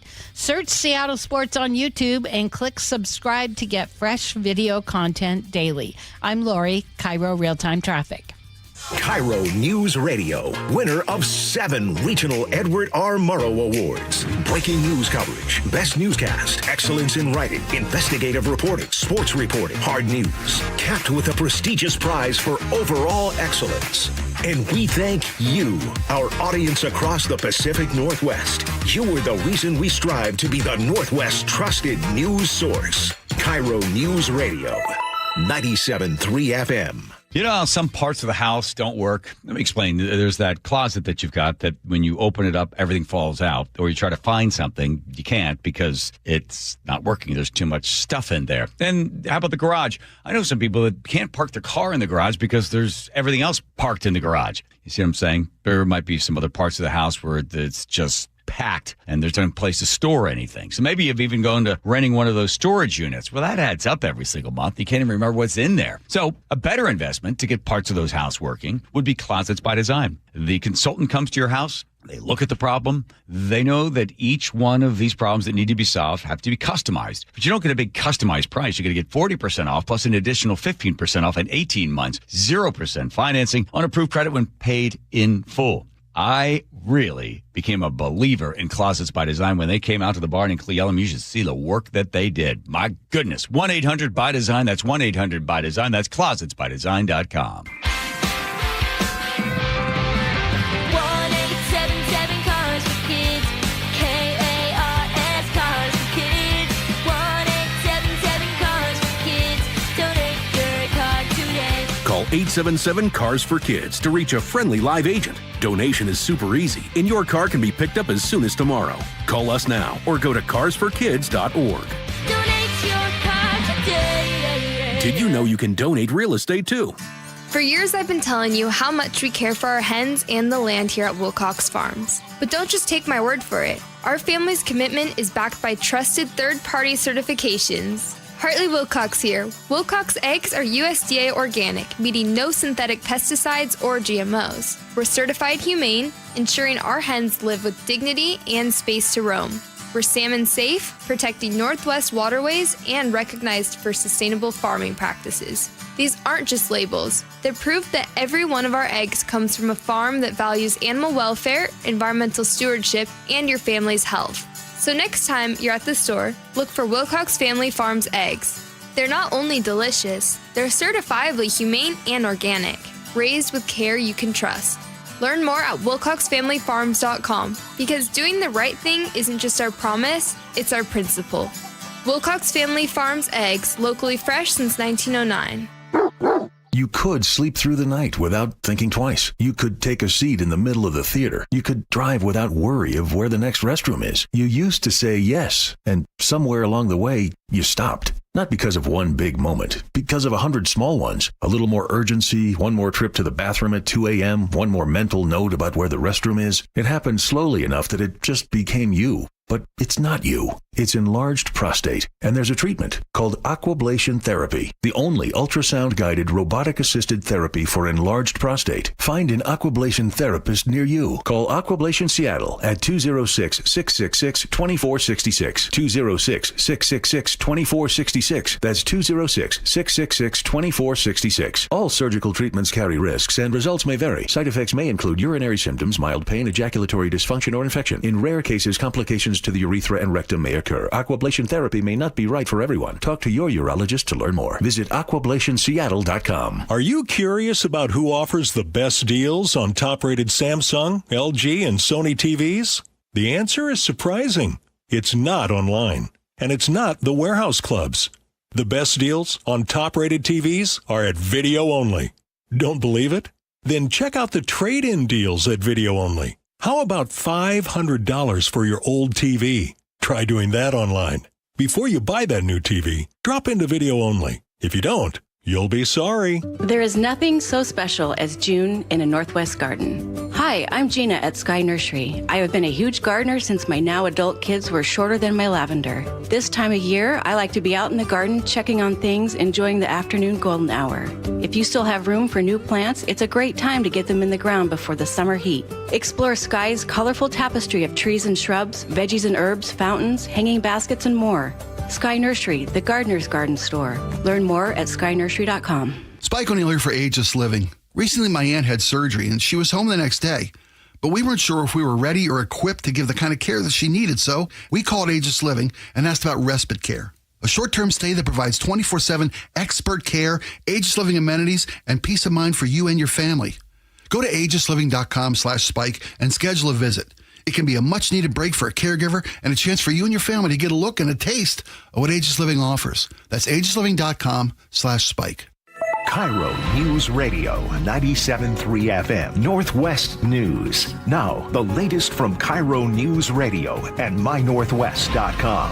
Good afternoon, I'm Aaron Granello. The King County Regional Homelessness Authority is answering questions after a recent audit found the agency mismanaged $13 million. CEO Kelly Kinnison tells the Seattle City Council. The core of many of these issues is the maturity of the organization and the amount of money that was handled by the organization at a really nascent time. Housing Authority also faces a $45 million deficit. The agency is fighting for its survival. A 21-year-old man accused of running a sex trafficking operation out of a Bellevue home made his first court appearance today. King County judge found probable cause on counts of human trafficking, money laundering, and leading organized crime. Police say that man ran a fake talent agency, forcing young women to create explicit online content while stealing their earnings and subjecting them to violent abuse. Judge set bail at $5 million. Next hearing is set for Monday.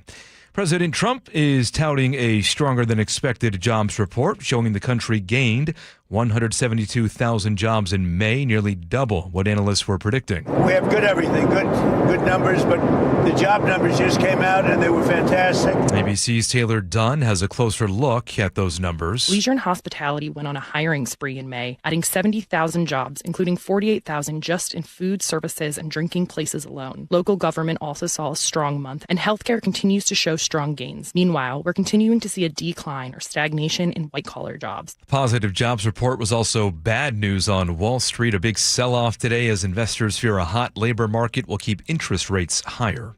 Another weekend and another freeway closure. Here's KIRO News Radio's Jillian Raftery. Yep. I-5 northbound in Seattle is shutting down all weekend from I-90 to Northeast 45th. This is to dismantle the work zone along the Ship Canal Bridge. The freeway will be clear through the World Cup.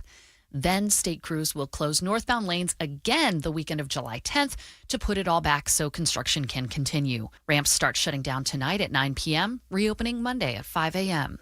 Jillian Raftery for KIRO News Radio. Let's check real-time traffic now at 4:32. Here's Lori.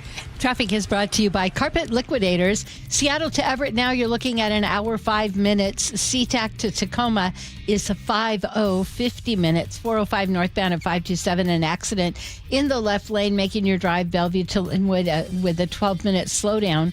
Bellevue to Federal Way, 45 minutes. And if you're heading from Bellevue to Issaquah, expect a 4-minute slowdown. Highway 9 northbound at 189th southeast. Look out for an incident that's taking up the left lane. Why pay retail? Save big with the largest carpet and hardwood flooring selection at Carpet Liquidators. 7 locations.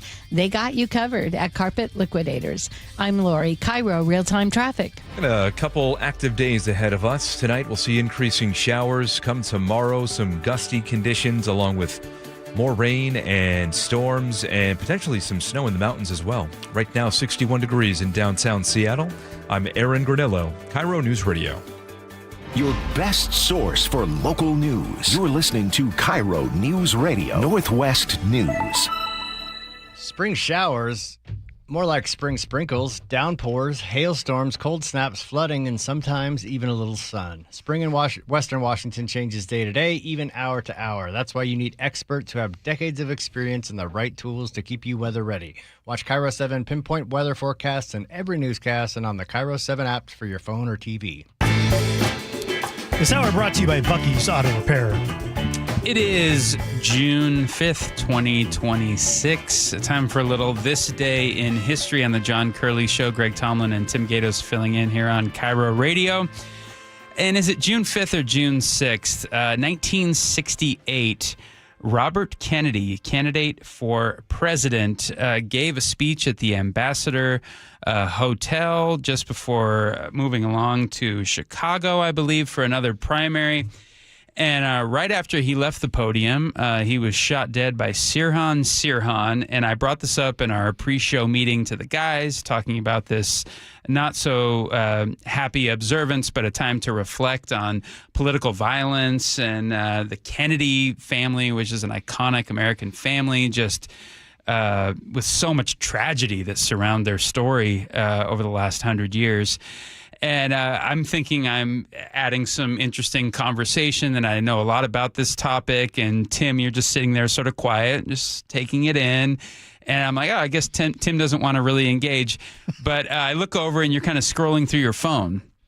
And you pull up a picture of Robert Kennedy at the podium at the Ambassador Hotel, again, moments before he was assassinated.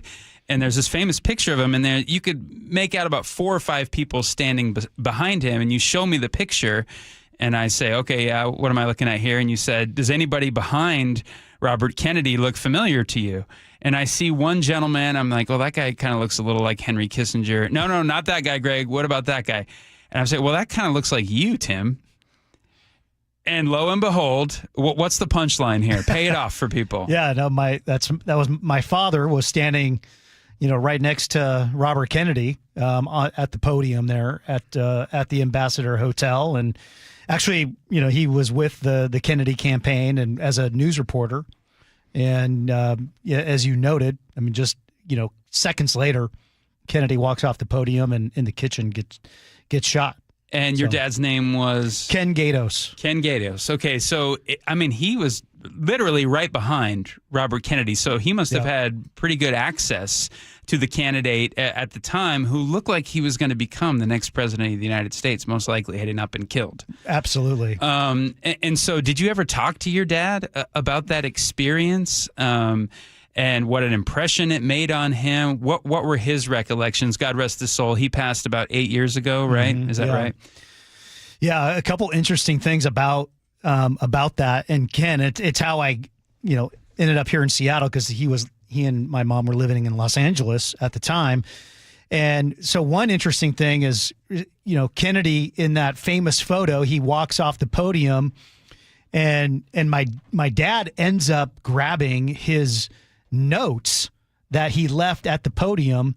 He grabs his, Kennedy leaves the podium and everyone kind of ushers off the stage. My dad grabs the notes that Kennedy left there. Probably the last thing he wrote on this earth were those notes. They were, yeah. I mean, seconds later, Kennedy shot. My dad has his notes. And, there was he got a lot of publicity, my dad, about that through, he was on the, he was the front page of the LA Times, Esquire, a lot of and the Kennedys certainly reached out to my dad and said, hey, you got Robert's last notes from his life. And so he returned some of those notes to the Kennedy family, and they arranged a time and a meeting. And wow. And I remember as a kid, my dad talking with me about this, and there's, in fact, still at my mom's house in Edmonds, there's a box of a Robert Kennedy box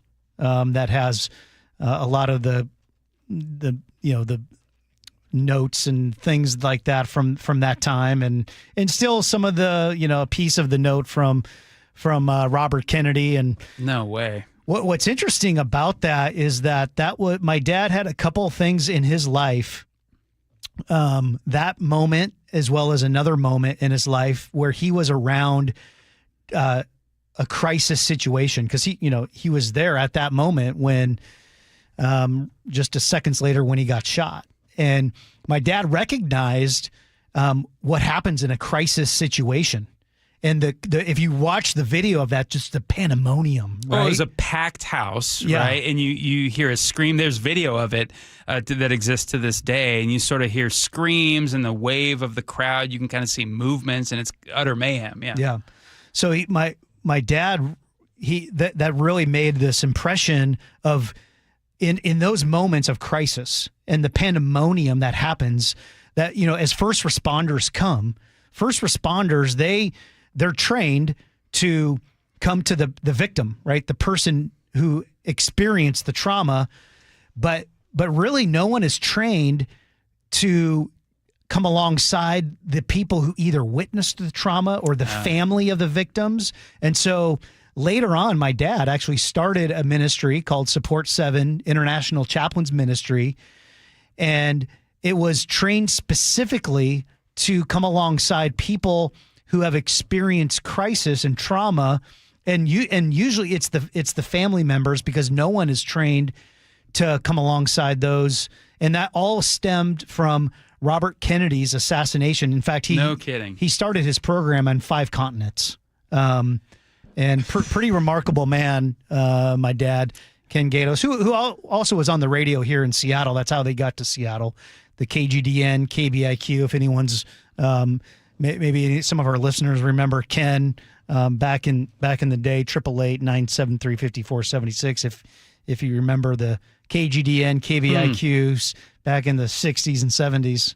Honestly, I'm quite touched when you tell that story, because some of those stories that mean the most to me often involve some level of grief or suffering, and someone taking it and turning it into an ultimate good in the long term.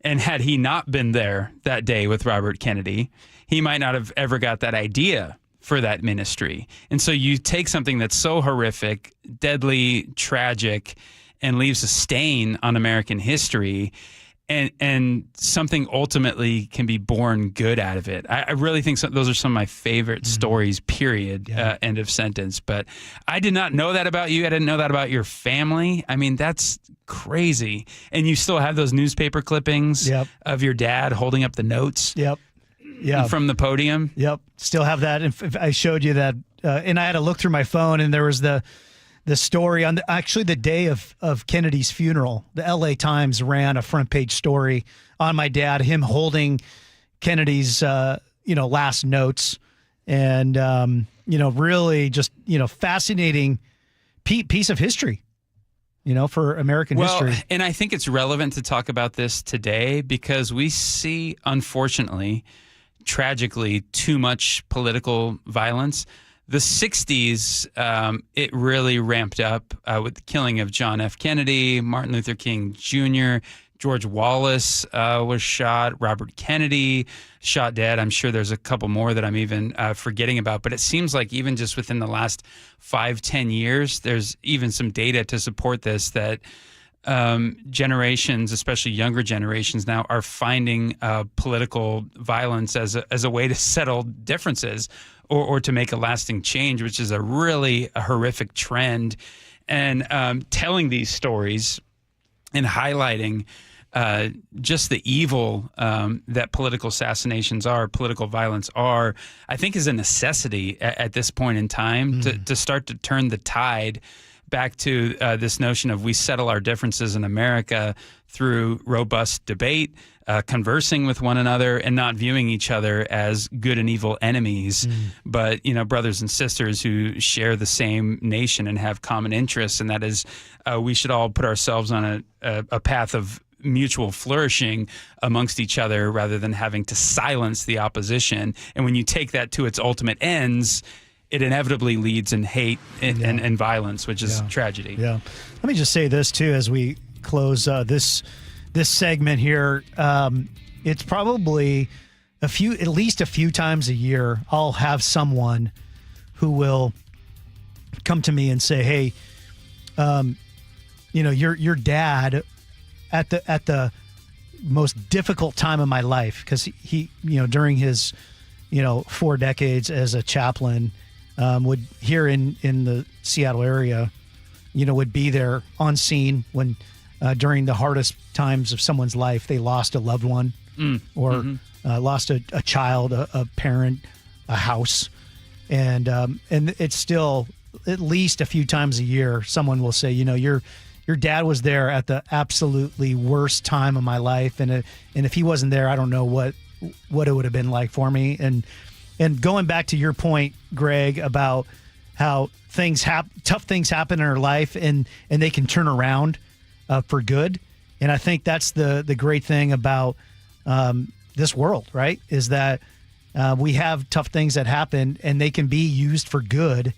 And I think that's part of what we're remembering today, right? Is that good things can turn around. Well said. Moving stuff, man. Thanks for sharing that story about your dad.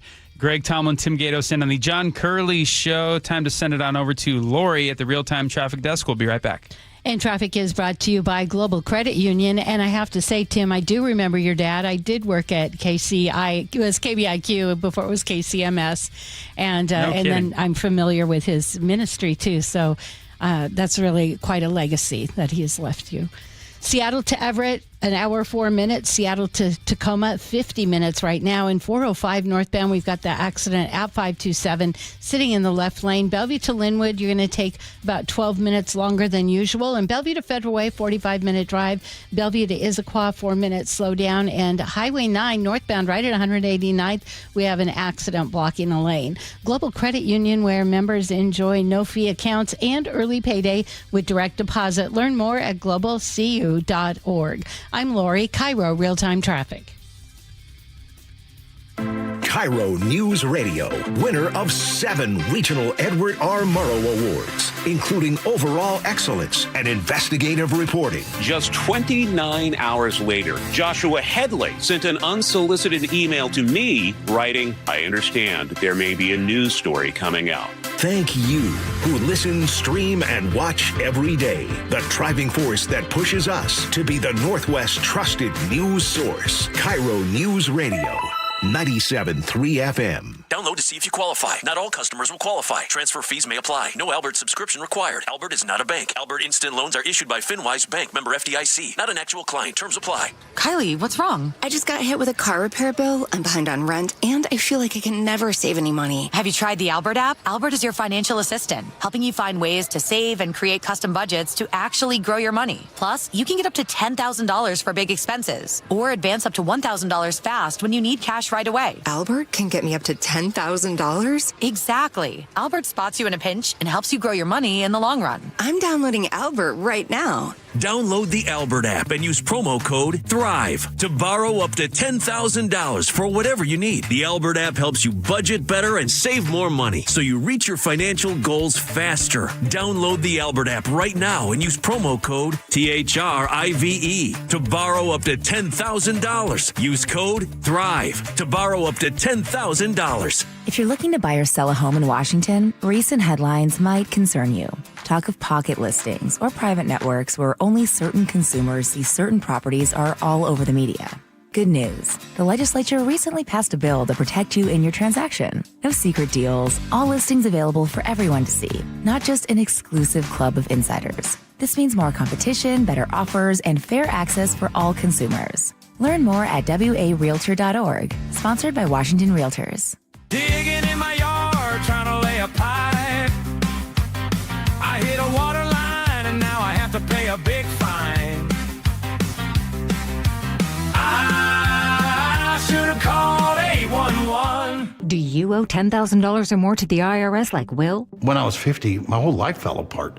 I lost my job, I lost my wife, I lost the house, I lost pretty much everything except for my life. When the IRS came calling, I just didn't have it in me. I felt like Wile E. Coyote, just waiting for that IRS anvil to drop. Then Will found tax relief advocates. I heard their advertisement on the radio, I wrote down the number, and I made the call that changed everything. The IRS gave me a bill for $40,000. Tax relief advocates got that down to $3,200.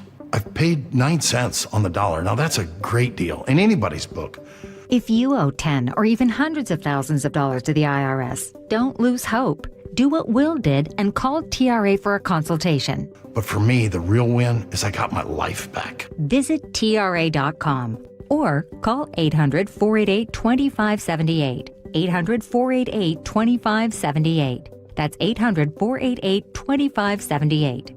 If your home is 20 years old or more, it might be time to have your roof checked. Your roof is your home's first line of defense, and at Guardian, we help it last as long as possible. That's why every new install comes protected with a full year of free maintenance on us. Visit us at guardianroofing.com.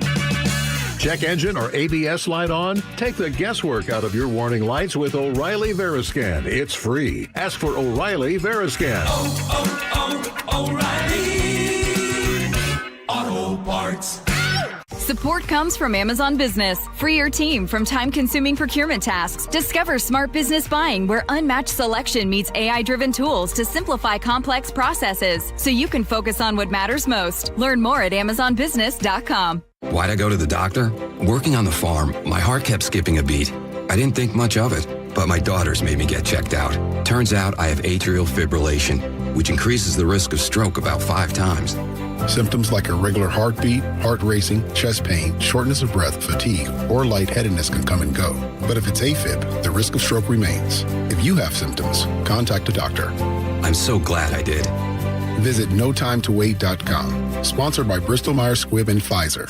Hartley here from Wilcox Farms. For over 100 years, my family's been committed to doing what's right. At Wilcox Family Farms, that means caring for our hens with healthy pasture environments and a diet of organic grains and flax seeds. It's how we produce eggs that are wholesome, flavorful, and good for you. Next time you're at an egg case in your local store, we hope you feel good about choosing Wilcox eggs. Wilcox Family Farms, locally fresh since 1909. Experience the thrill of seeing orcas and humpback whales with Puget Sound Express. Join their family-run tours for guaranteed whale sightings departing daily from Edmonds. These are Seattle's most popular and well-reviewed whale tours. Book now at PugetSoundExpress.com.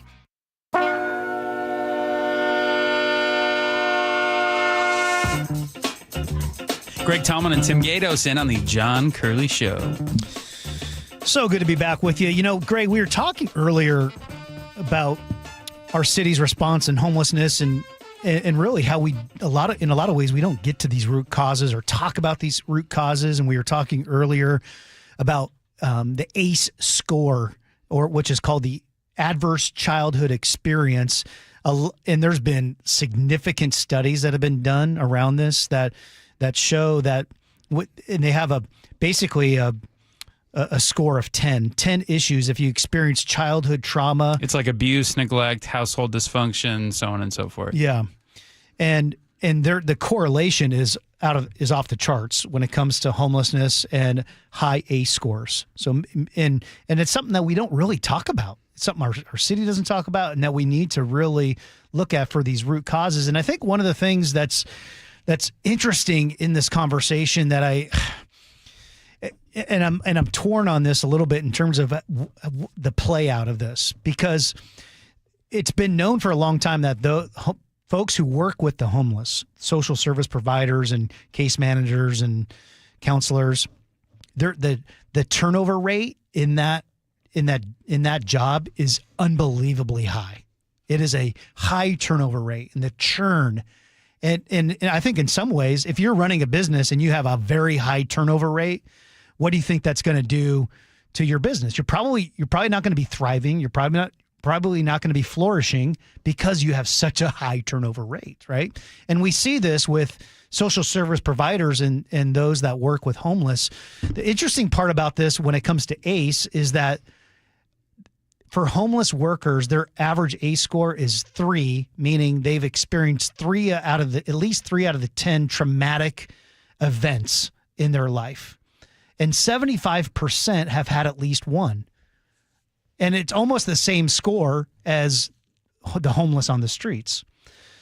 Now, there's a lot of ways we could parse this and look at this, but I think it makes sense to look at it and say, okay, in a lot of ways, we have those who have experienced trauma who are helping those experience trauma and trying to serve those people and get them off the streets and get them into a better place.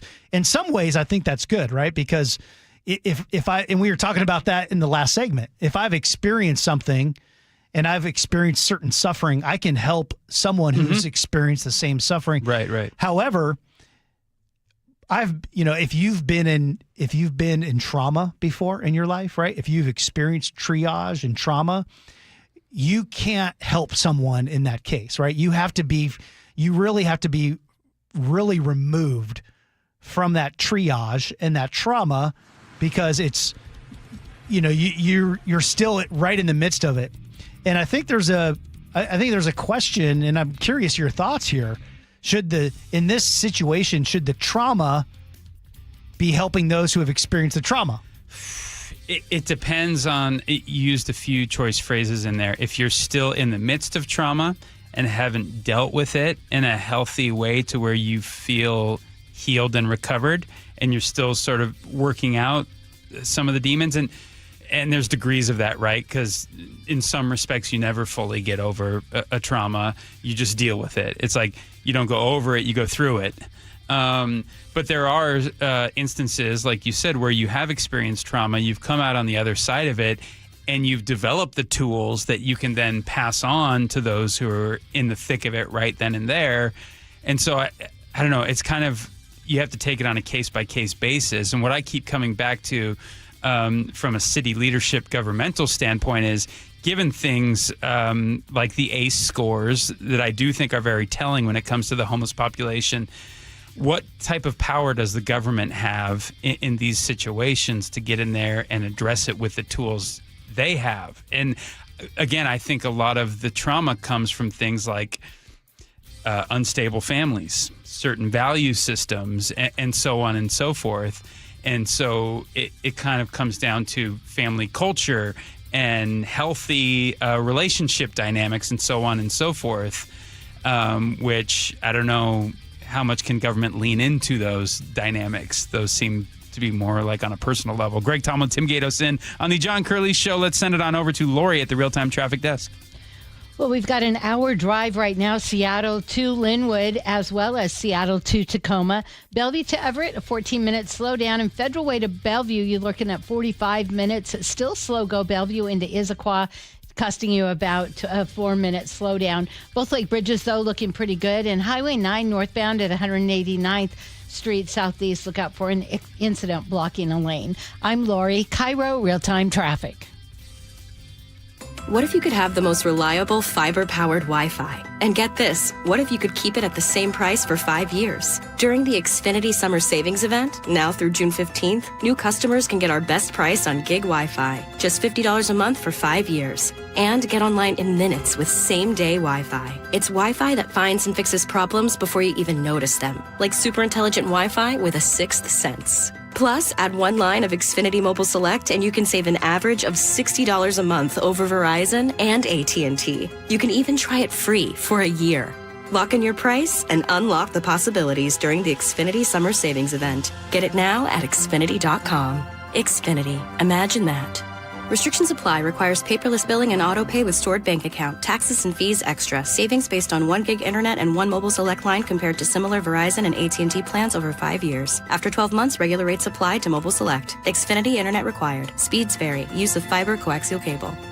Hey, you know Earthwise Salvage in Soto? That really cool place with all the amazing doors, windows, and other treasure? Great news! They just opened a brand new location nearby. The Salvage Lumber Warehouse is ready to serve as a central resource for contractors, builders, home DIYers, and hobbyist woodworkers, providing access to cleaned, denailed lumber ready for reuse, flooring, beams, siding, mantles, live edge slabs, and so much more. All harvested from structures, not forests. Visit EWSalvage.com. Summer's supposed to be fun. When the kids are home all day, the groceries, they add up fast. G. Scott here with a quick heads up from Safeway. There's a program called Sunbucks that gives qualifying families $120 per child for summer groceries. Some families are signed up automatically and will get a card in the mail. Others need to apply. Take a minute to check. It could really help put food on the table for your family. Head to freesummermeals.org to find out more. That's freesummermeals.org. Do you get sinus infections,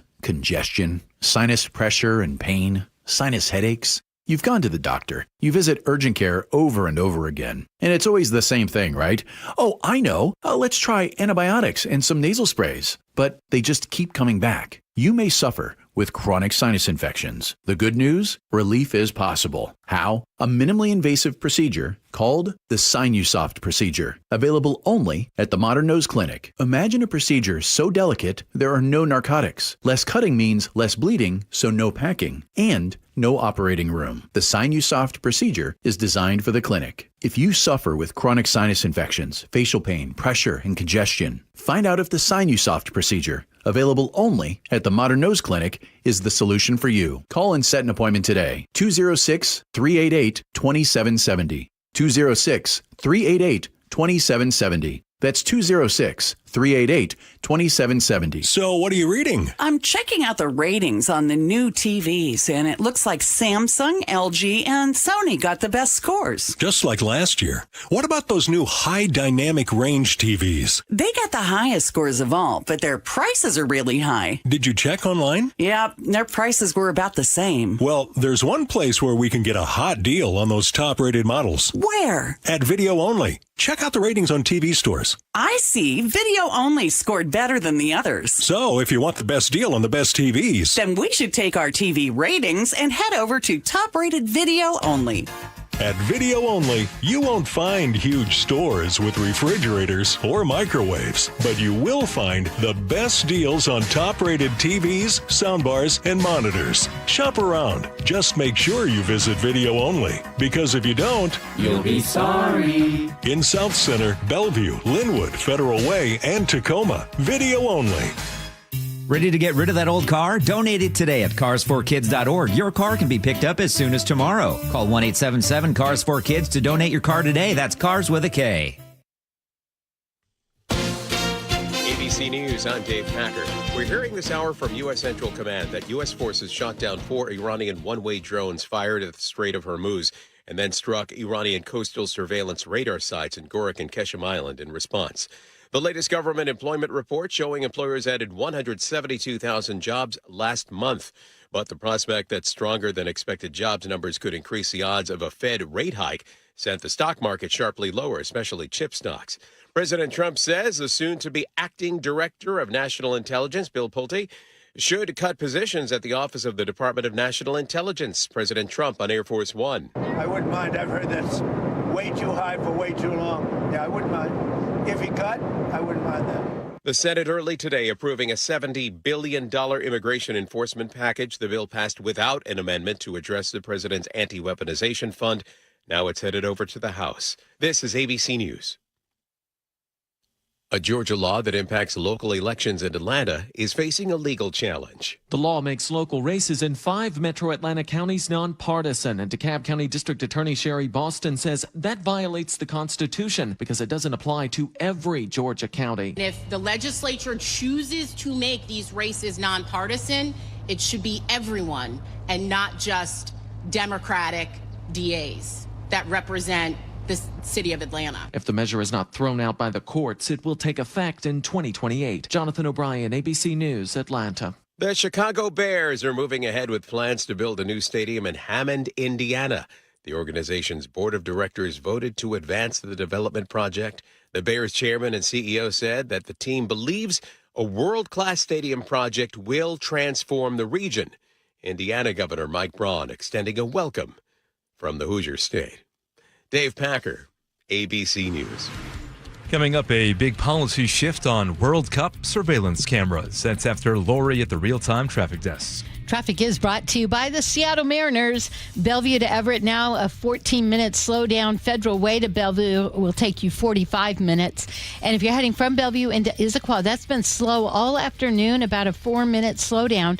Seattle to Linwood an hour, as well as Seattle to Tacoma. Both lake bridges are looking pretty good. And Highway 9 northbound at 189th, look out for an accident still blocking that left lane. Don't miss the fireworks nights all summer long presented by T-Mobile. The next show is June 19th. Get your tickets at mariners.com/fireworks. I'm Lori, KIRO Real-Time Traffic. KIRO FM and HD1 Tacoma, Seattle. KIRO News Radio 97.3 FM. Northwest News. Now, the latest from KIRO News Radio and mynorthwest.com. Good evening. I'm Aaron Granillo. Seattle's mayor says credible threats have prompted her to turn those public safety cameras back on near the stadiums. KIRO News Radio's Jillian Raftery has more. The threats were general, she said, but credible enough to meet Mayor Wilson's standard for turning the system back on. They had been off while the city conducts a privacy and security audit. I couldn't be more excited and grateful. Councilmember Rob Saka says those cameras should stay on. The need didn't go away and won't go away, and the imperative won't go away after World Cup. We've reached out to the mayor for more on that. Jillian Raftery for KIRO News Radio. 13-year-old boys behind bars tonight, suspected in the shooting death of a 17-year-old family member in South Seattle. At today's hearing, a judge found a probable cause for manslaughter and unlawful gun possession, calling the May 29th shooting beyond a tragedy and avoidable. Even the boy's own father asked the court to keep him detained, telling the judge the family still loves him dearly. Prosecutors expect a formal charging decision early next week. A group of neighbors in North Seattle will march block by block along Aurora Avenue tomorrow night. They want something done about the human trafficking and gunfire in the area. Peter Orr lives a few blocks off Aurora. Drawing public attention, drawing more public support for public safety. He says their community group has invited the mayor and their city council member, Deborah Juarez, to see for themselves. We reached out to both of them to see if they'll join. Standoff is brewing in Seattle among those who oppose data centers and a business with firm plans to build a new one. Details from KIRO News Radio's Corwin Hake. A company called Digital Realty has announced plans for a 6-story data center in Belltown, raising red flags among those who say data centers consume more electricity than the city can provide. When I hear that there may be plans for hyperscale AI data centers that would guzzle up more megawatts of power, I take that to mean I will be the victim of more power outages. Public comment to the Seattle City Council there as the council considers a 1-year data center moratorium. Corwin Hake, KIRO News Radio. So your forecast now. Tonight, we'll see increasing clouds and showers as well. Tomorrow, an active Saturday with thunder, lightning, downpours at times, and gusty conditions. Right now, looking at cloudy skies and 62 degrees in downtown Seattle. I'm Aaron Granillo, KIRO News Radio. Your best source for local news, serving Western Washington and the world with a KIRO News Radio app. Always streaming live on your smart speakers. You're listening to KIRO News Radio, Northwest News.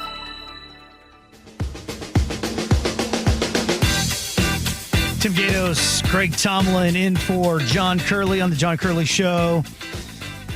We were talking earlier, making international headlines here in Seattle, Aurora Avenue.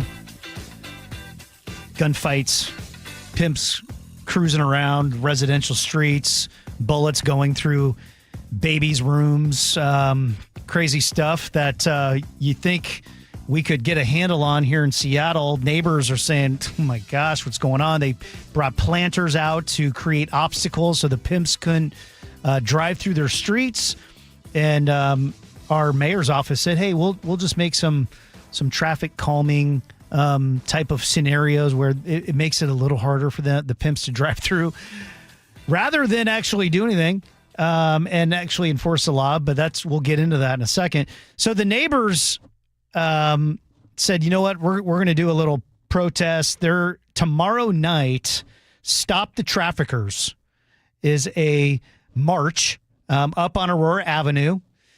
And it's at, they're going to meet at the Oak Tree Village at 8:30. Remember the old, the Oak Tree, some of the best movies I've ever seen right there, Oak Tree. But glow sticks, lights, bring homemade signs. Who should come? Neighbors, families, allies, victim advocates, friends from across the city, all are welcome. And to talk about it, Greg, we've got our former Seattle City Attorney, Ann Davison, who's helping with this and who lives in District 5, as well as one of the neighbors who is organizing this as well. Jake is his name. And so we want to welcome Jake and Ann Davison to the program. Thank you so much for joining us today. And maybe, Jake, we'll start with you. Tell us, why are you helping to put this event on tomorrow at 8:30 p.m.? Yeah, unfortunately for me, it's personal. I say that I'm infamous for all the wrong reasons. I was the person whose house got shot right next to where my baby was sleeping. And so for me, it's about urgency and the city actually doing something quickly so that we can feel safe in our neighborhood, so that my house doesn't get shot. But it's not just me, it's all of our neighbors. And so that's why it's personal for me. But also we recognize that this problem is not just going to go away. I think oftentimes our city leadership just hopes and prays that it's just going to go away. But we've lived here for a long time, and we know it's not just going to go away. And so we're banding together to, try to make some changes that can actually help the victims of human trafficking, get the pimps off the street, and penalize the Johns that are filling the pockets of these pimps. Jake, I don't know if I've been literally more baffled in my life when you all, the neighbors, put up these planters to create an obstacle for the pimps who are, using it as a loop to drive around your street. And in the city, the mayor's office, Katie Wilson, they said, hey, you know what? You can't do that, which obviously we get, right? Because you've got, emergency vehicles. But the answer was, we're going to put in some kind of traffic calming measures as a compromise versus just saying, you know what, it's unacceptable to have pimps running and ruling the streets and having gunfights in the middle of Seattle. What was your response when that was, their response? That was like the compromise. Hey, we're just going to go ahead and put some traffic calming measures in.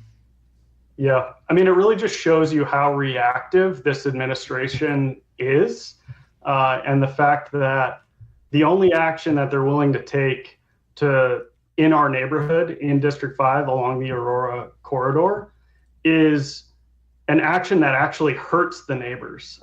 So neighbors got pushed so far that they actually blocked these streets, and the only action that Mayor Wilson and her administration took was to open up those streets. And the horrible anecdote is that less than 48 hours after Mayor Wilson specifically directed SDOT to open 102nd Avenue and Aurora, there was a shooting less than 50 feet from a daycare about 3 blocks in from where that barrier was. While the barrier was up, there were 0 shootings in our neighborhood.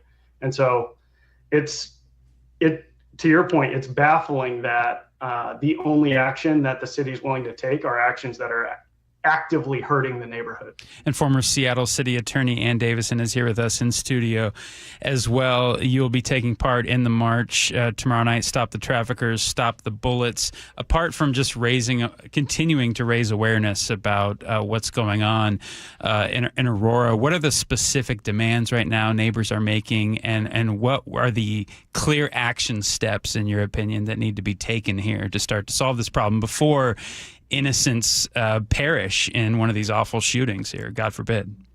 Well, I just want to say thank you for Jake stepping up there amongst his neighbors. It is to be commended.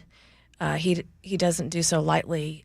He's a father of a new child. Clearly, if anyone's listening and has had a child, you want to focus on other things than this. But I'm going to go ahead and reiterate a statement he made to me, which was, we all cope with our stress in different ways, and this is how he's coping with it. So I'm supporting Jake and what the neighbors want, and so if I can provide any suggestions that might be of assistance, I have no personal agenda in it as to whether or not these things are pursued or not. One of which is I agree that maybe you ask the mayor to call the governor and say, call in the National Guard while we have FIFA here. Why do we not have supplemental enforcement action that is available? State Patrol, it's a state highway.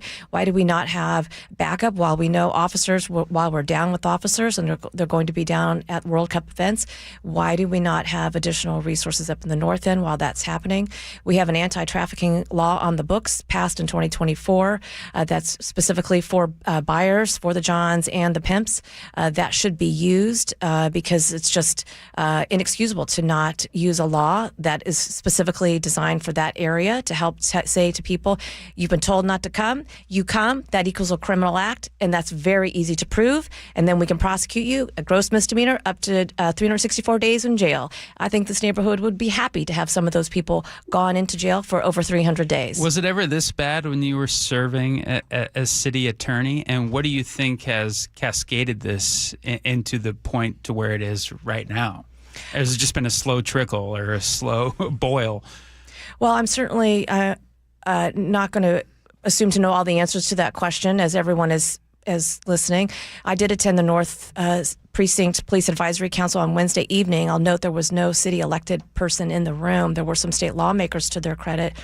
But yes, acknowledging it's been going on for a long time. Okay, period. Right.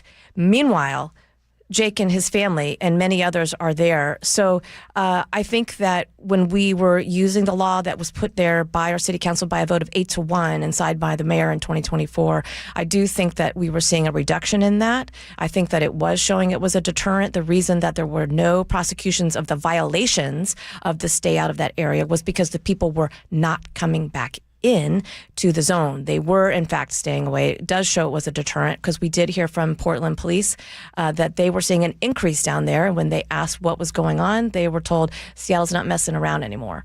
So when we get the word on the street that we enforce our law and we come to, we mean business, I think that that is going to encourage those people to stop and to deter. And we need every aspect that we can to deter. I think there should be a mobile police precinct there. And I do think we should have the NCI team, which is a Department of Corrections officer, pairs with the Seattle police officer, and they go on that route. And then if somebody's got warrants, which inevitably there's going to be some of those people who do, they can then get people on that. You mentioned you went to the North Precinct Advisory SPD meeting. What did the city say at that meeting? I'm not really quite sure. You're not sure? I mean, and I do sound sarcastic when I say that, but it was no strategy, and I did not feel hopeful, and it was kind of frightening to hear a lot of speak, but really no concrete answers. And that was from the mayor's office. The public safety advisor predominantly spoke. And then why do you think that's the case? Why do you think they were just, I guess, apparently not communicating anything? Why? I don't think they have a strategy. I don't think that they know what to do. I mean, It's consuming to get ready for FIFA, as it should be, right? We should have had the cameras on long before now. We should be using every tool that we have available to help deter criminal activity, is just how I see things. Yeah. So there was no answer. I will say there was something put forward I think it's important for listeners to understand that if you were in that meeting or if you watched that YouTube of that meeting, which is already out from that group, that there was talk of using what's called an ERPO, which is an extreme risk protection order, which has been in existence in our state law since 2016. And its design is for domestic violence situations, someone who has mental health crises, someone who threatens to do like a mass shooting. And the only people who can petition for an extreme risk protection order is a family or household member or a law enforcement officer. And then you go and petition the court. And because you're interfering with the Second Amendment constitutional right to a firearm, we have to give notice to people that might be in the house, et cetera. That's not for pimps. Yeah. That is not for pimps. Yeah. And that was the solution that was was suggested. Wow. Jake, our city is designed where we elect city council members by district so that we have specific district council members who are advocating for our districts. What are you hearing from Deborah Juarez, who's the District 5 Seattle City Council member? Yeah, this is a pretty sore subject for me, candidly. We previously had Kathy Moore, who was a really solid rep for the district. Of course, it's a hard job. It's a huge district, but she was making progress. She responded. She came out to the community. Deborah Juarez took over her seat through the end of this year, and she hasn't been present. She didn't even show up to this advisory committee. She didn't show up to the walk that we did with the mayor. She didn't even send a rep. So the neighbors are quite upset with the fact that we're not feeling represented by our councilperson. I'm honestly just like kind of in shock right now. I mean, we're talking about one of the most severe, significant. I live in District 5, okay? Mm. And this is one of the most prolific issues that I can recall of being a resident of District 5 with what you're experiencing with gunfights happening every night.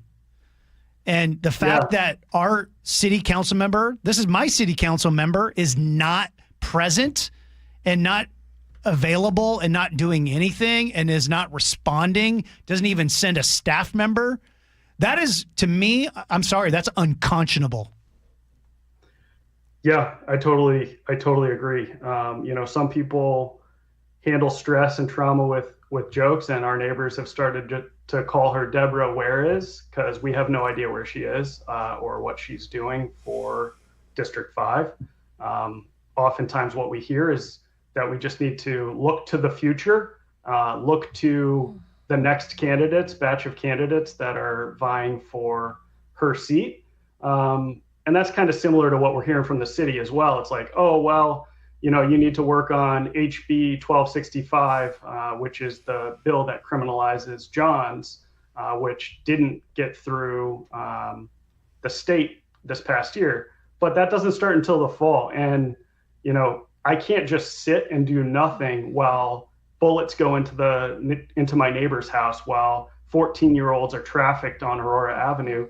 That's not something I can just sit and wait for the next cycle. That's an emergency. That's urgent. That requires urgent leadership from our city, not just Deborah Juarez, who's I don't know where she is, but also from our mayor. Jake, is there a point where you say enough is enough? I mean, the barricades go up to try to keep neighbors in the neighborhood safe. Bullets fly within feet of your infant. Is there a time where you put your hands up and say, we're out of here? This is too much. We've stayed too long. My family can't take this risk anymore. I mean, what are your options? I mean, have you thought about getting out of town? Have you thought about we're going to move because of all this stuff? It's just too insane. Yeah, talking to the community, what they tell me is if they're a renter, they're already on their way out of this area. If they're living here, they want to move, but it's not that easy to move. A lot of people don't have the financial ability to move. When people ask me that question, what I say is that I'm going to fight so hard to make my neighborhood a safe place to live, or I'm going to move. But I don't want to move. I want to live in Seattle. I love this city. I love my neighborhood. It just gets very scary and dangerous at night. It's crazy. Yeah, I'd say, yeah, that's an understatement, Jake. My goodness. So, and Jake, it's tomorrow. The march is Stop the Traffickers, Stop the Bullets. Saturday, June 6th, 8:30 to 10:30 p.m. Some might be, here listening, and they're saying, I don't know if I want to come up there at 8:30 at night. What would you say to them? We absolutely show up there at night. I mean, I have chills listening to you, Tim, and to Jake, because this is not politics. This is so serious, and I don't understand why people are playing politics with public safety. This is about what are the sensible things to do that you have available to do when this is what you have allowed to transpire in a neighborhood. Criminal enterprise, trafficking girls and women, predominantly of color, and men making money at it. And I don't understand. I will highlight, we as a city became a city that we designate as a human rights city. I did some research with former council member Moore. I mean, she's supportive, helping as well. As Jake said, like, people still think she's well respected. She's helped. She shows up. She's going to be there tomorrow night. I mean, like, where is Deborah? I don't understand. And we designated that. And in that, we were also, in that, it talks about the Convention Against the Discrimination Against Women, which in Article 6 of that talks about you take all measures, including legislation, to suppress all forms of traffic in women and exploitation of prostitution of women. And then we also, in that, is for the Convention on the Rights of the Child. So it doesn't get more plain than this. My kid was taking his driving lesson, his driver's ed, on Aurora, and is like, Mom, yeah, there's all these women with no clothes on. Great. Like, this impacts generations, even if they're just observers. And then you talk about Jake and his family and other families in that neighborhood where their lives can be at risk. We do show up tomorrow night. Yeah. We do show up. So it's tomorrow, 8:30 p.m. to 10:30, Oak Tree Village, which is 102nd and Aurora. Mm-hmm. And this is the Oak Tree Plaza parking. Who should come? Neighbors, families, allies, victim advocates, friends from across the city. All are welcome. Bring glow sticks, lights, homemade signs. That's tomorrow. Greg, any final from thoughts? Across the region. It should not just be the people in Seattle. We saw that awful Seattle Times article where a girl was brought over from Bellevue. This is the region. It is people they are trafficked from around the region. It is not just the city of Seattle, Tim. Yeah, former Seattle City Attorney Ann Davison, Aurora resident Jake, thank you so much for your time. All I can say listening to these stories is here, and keep up the good fight. This is a nonpartisan issue, and it's fundamental, and it's so basic, and it just makes you want to hit your head against the wall that a lot of city leaders seem eerily quiet on this. Greg Tomlin and Tim Gatos in on the John Curley Show. Time to send it on over to Lori at the Real-Time Traffic Desk. And traffic is brought to you by D.R. Horton. Southbound I-5 in the U District, a collision in the left lane causing a 5-minute slowdown, Linwood to Seattle. 54 minutes, Bellevue to Everett. Federal Way to Bellevue, 45 minutes. And if you're heading into Issaquah, still looking at a 4-minute slowdown from Bellevue.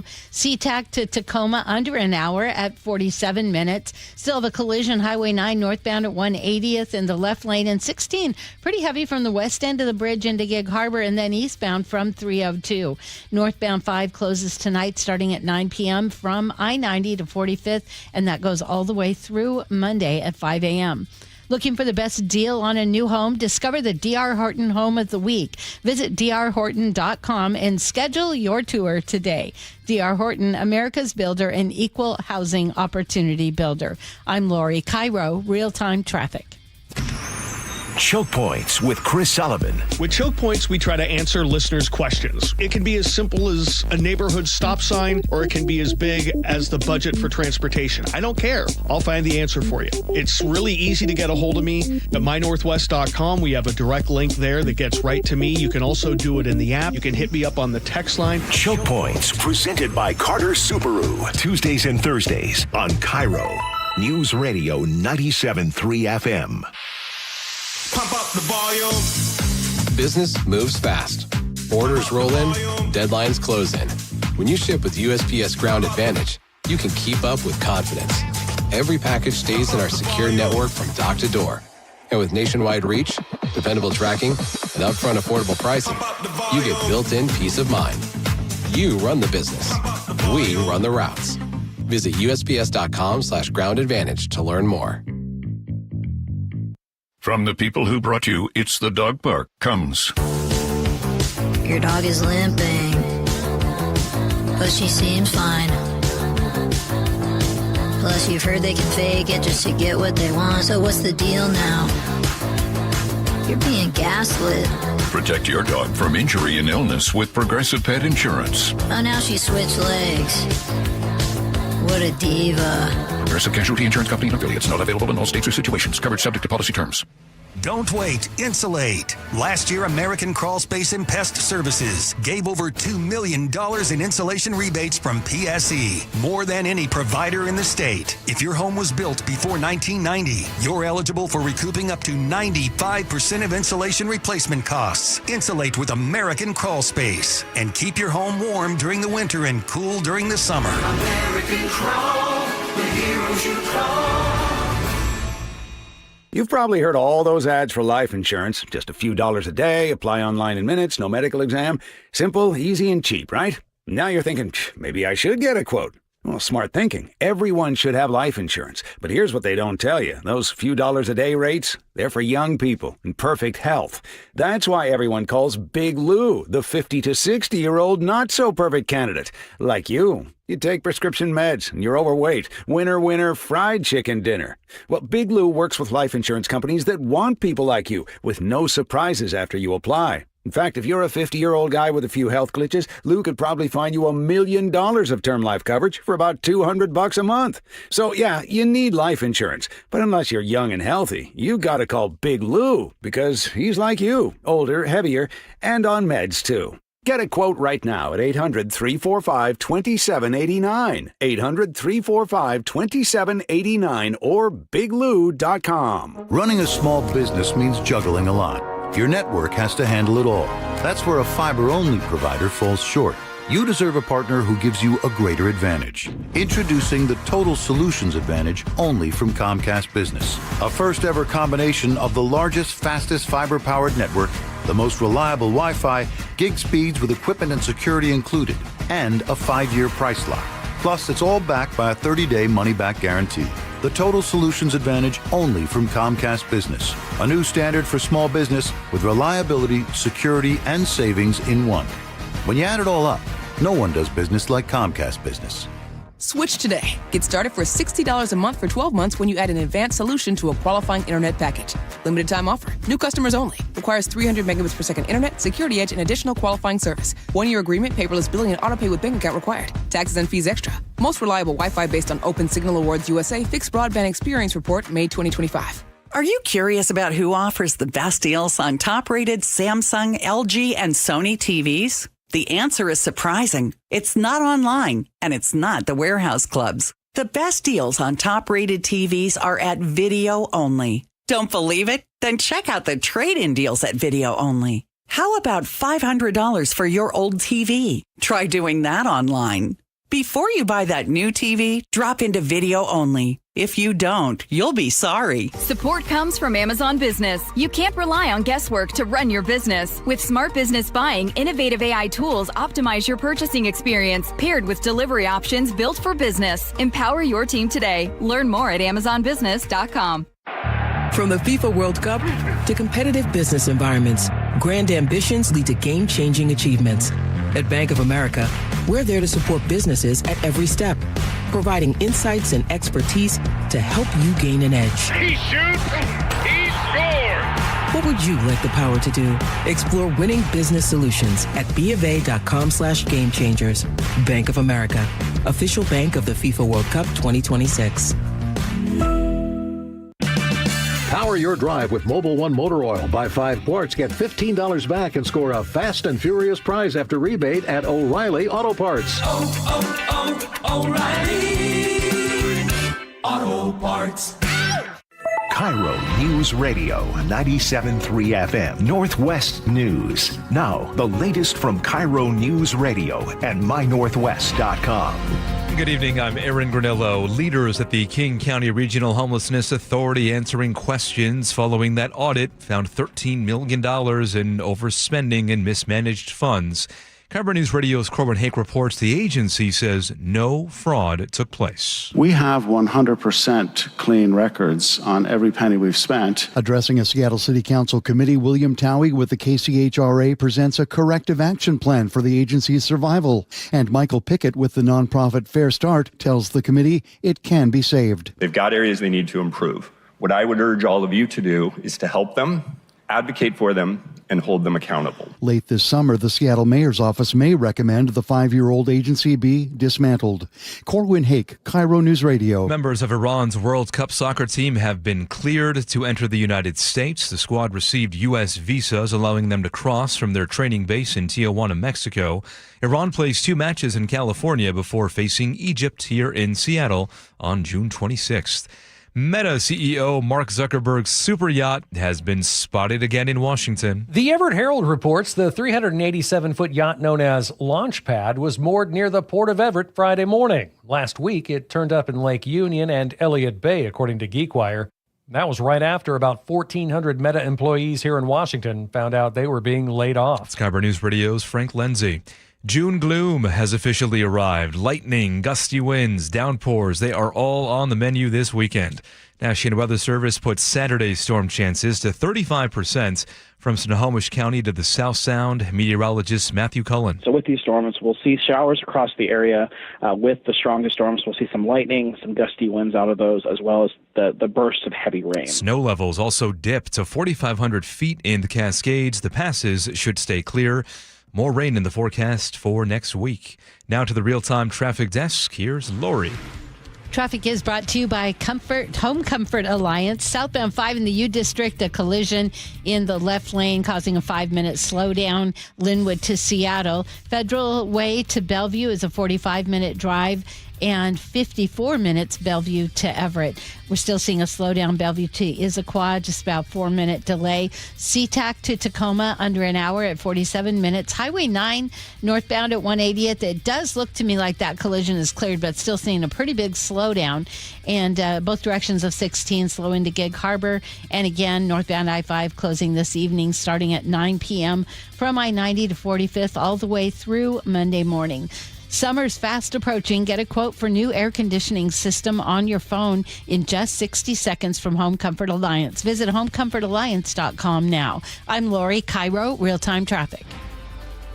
And now to your forecast. We will see increasing clouds for tonight, along with showers on the way across much of the region. Tomorrow, more widespread rain activity, including some thunderstorms and gusty winds. Right now, 59 degrees in downtown Seattle. I'm Aaron Granillo, KIRO News Radio. Your best source for local news. You're listening to KIRO News Radio, Northwest News. Greg Tomlin and Tim Gatos in on the John Curley Show. This hour brought to you by Wilcox Family Farm Eggs. And Andrew, I got some tasty Wilcox Family Farm Eggs at Costco the other day, 2 dozen. And my pro tip recipe is, I'm pretty basic. Just a little scramby eggs with pepper jack cheese, though. That's my pro move. Just a couple ingredients, and it'll delight your taste buds in the moment. Teeny likes it. Teeny loves it. Yeah. And I had to mention to you, Tim, we better wrap up this show because I'm due for cocktails over at Zuckerberg's mega yacht. Yeah, there we go. Right outside Seattle. Have you seen pictures of that thing? That's pretty It's sweet. like bigger than a Washington State ferry almost. Yeah. It's insane. Well, I'll tell you, if you're heading downtown, you're going to keep bumping up those numbers because some good news for downtown Seattle. Some of the new numbers that have just gotten released from our 16 biggest kind of a downtown attractions show significant increases in downtown visits. Everything from the Pacific Science Center to Climate Pledge Arena and T-Mobile Park. There's a lot of good news that just got released. Joining us to talk about it, Craig Schaefer, the owner of Hotel Andra, in at the market. Craig, how we doing, man? Hey, Tim. Been a long time. I know. I was just hanging with you at Lola last night. That was fun. Thanks for the fries and the kebabs. That was good. Yeah, it was good to catch up. And it's nice when Curly goes away because you actually bring me on because he used to have me on all the time. And I got blackballed. I can change that, Craig. I can change that. I love it. Well, what do you make of this news that just came out, just got released? We were talking about this last night. What do you think?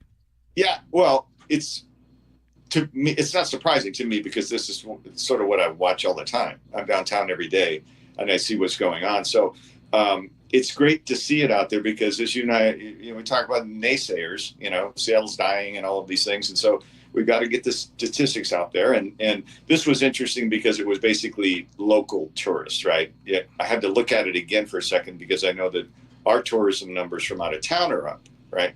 But I didn't, when I look at for local, I thought that was a good story because that's kind of where if there's any negativity about Seattle and downtown and things like that, it usually is coming from somebody that lives in the area.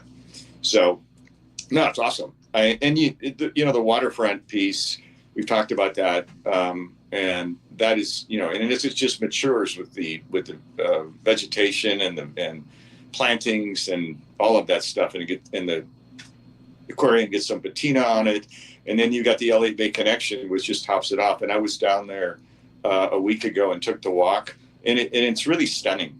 It's amazing in some ways what you can do. And I know 70 whatever million is a lot of money, but you look at it in respect to what it actually accomplished, and that that it was private money from people local. It's fantastic, and it's good because what I see is people coming downtown, they're always going straight over to the waterfront for the most part, in a lot of cases. So how do you determine, I mean, you have a lot of kind of metric points, I'm sure, over the years, and you've been doing this a long time, that you see in terms of the health or the vitality. I mean, you have your own, the hotels, and you have those metrics. Then we see metrics like this, and then you have the anecdotal.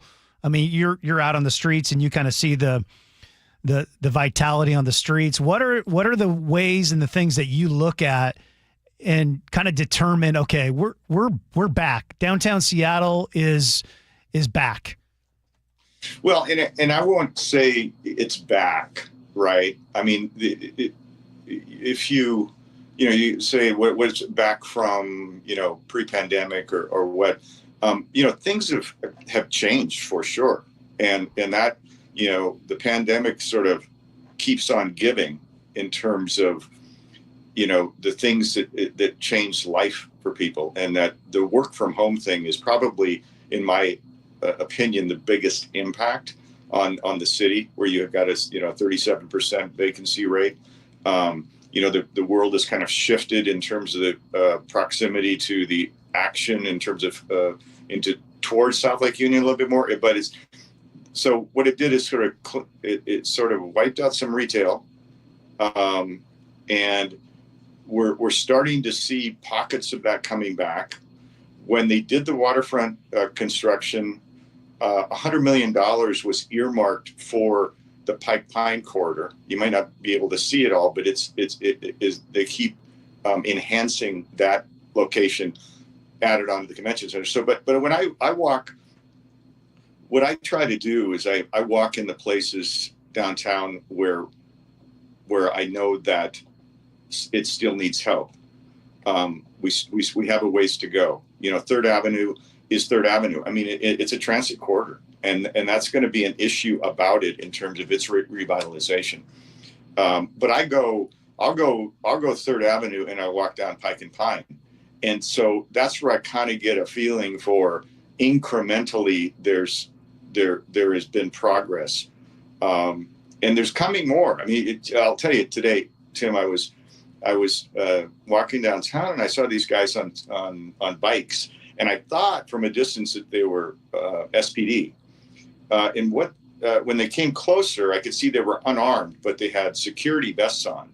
But basically, they almost looked like SPD. And what I realized, and I talked to Chief Barnes about this, some time ago, that one of the things that he instituted was getting these folks that are going through the academy but haven't been completely certified and out there on their own, and so they're unarmed, but they look very official, and they're learning the routes, they're learning the area, and it's called Before the Badge, right? So it's something that they go for training and things like that. So when you see things like that happening, we're moving, in a very positive direction.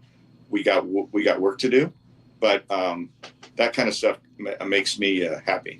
Craig, before his mayoral tenure concluded at the end of 2025, Bruce Harrell did complete some major phases of the downtown activation plan. I don't necessarily want to get you on the record with politics or anything here, but do you think that has had a tangible, a positive effect on what we've seen in downtown? And again, this story today about the return of locals and people in the Seattle area kind of coming back to visit?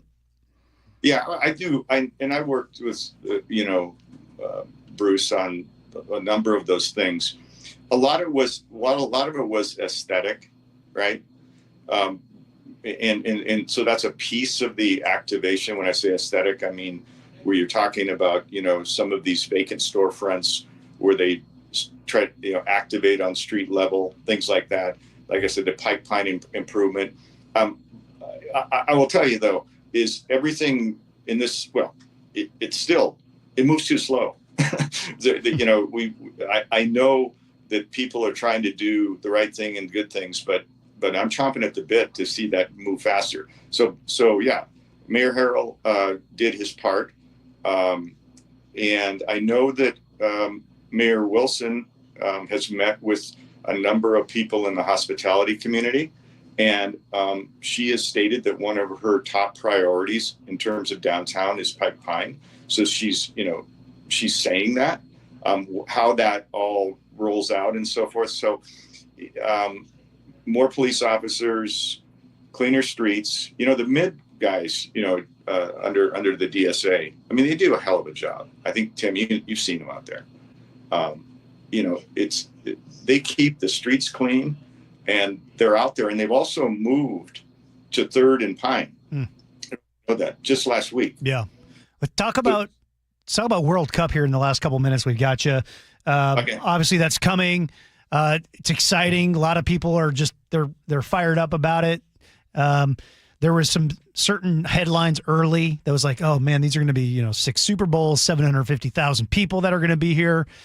From your perspective, as running and owning hotels downtown, what are you seeing? Is it turning out well? I know you had mentioned, FIFA had, kind of a hold on a lot of rooms, and that kind of put things in an interesting perspective. Yeah, no, you're right, and I think I'll just say this: this FIFA.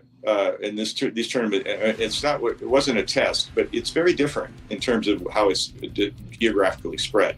So I think everybody they were making assumptions about what they thought was going to happen in each one of these cities.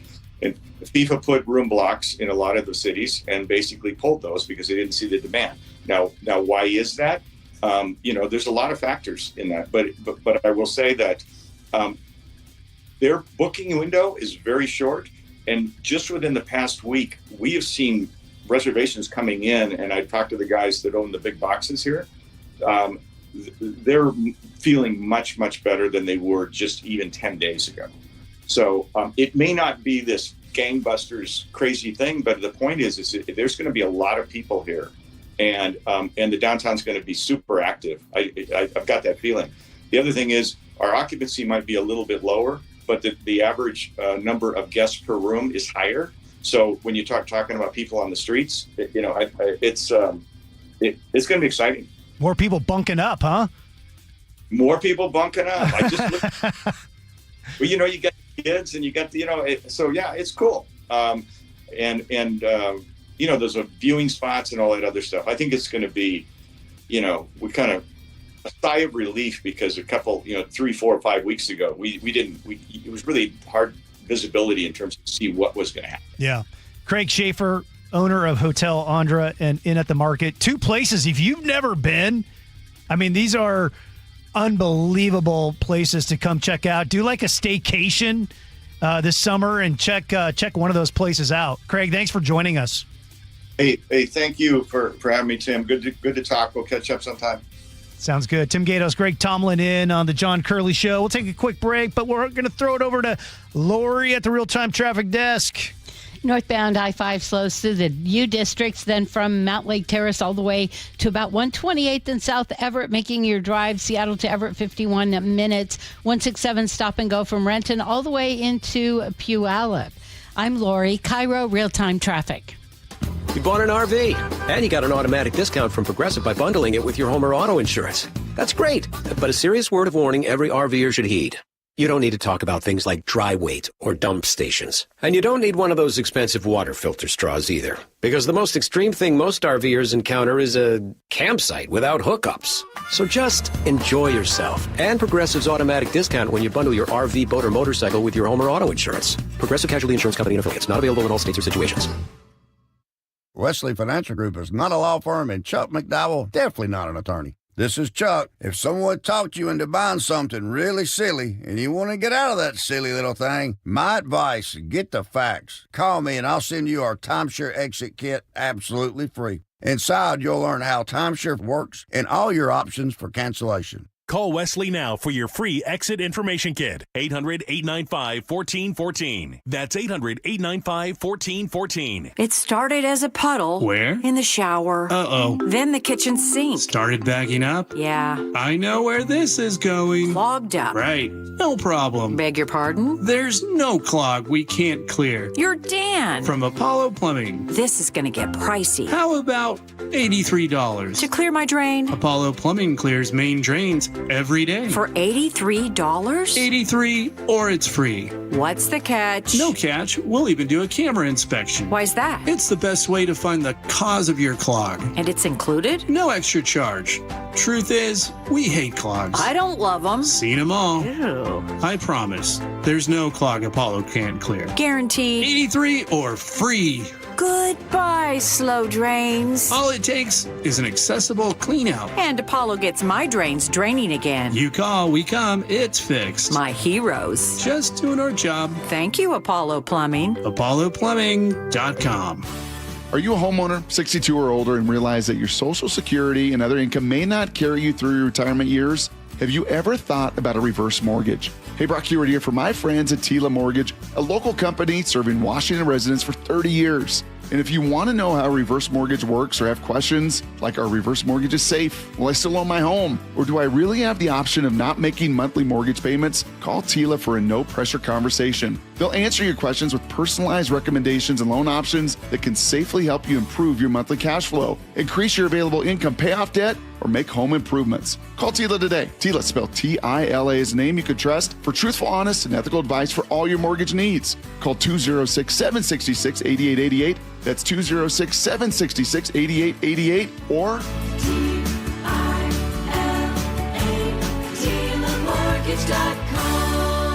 Insurance and property taxes are borrower's responsibility. Tila Mortgage LLC is a mortgage broker. NMLS 2472046. Endless hours of research, seeking referrals, dozens of calls. Hiring the right attorney can be a challenging process during an already difficult time. JP Pendergast with Pendergast Law explains. In Washington State, Tom, there are thousands of attorneys to choose from. Referrals and online research can be helpful, but discovering the right attorney requires a conversation. It can be hard to identify integrity and authenticity without that interaction. So, what do you recommend? We encourage anyone looking for personal injury representation to call for a free consultation with our team before making a decision simply based on referrals or online research. Accident victims need an attorney that listens, demonstrates honesty, and is genuinely understanding of their unique circumstances. The care, attention, and preparation that our firm provides throughout the case mirrors the effort involved when taking on the insurance companies. Save time and avoid mistakes after an injury. Contact the caring and compassionate team at Pendergast Law. If you or a loved one has been injured in a car accident, call Pendergast Law.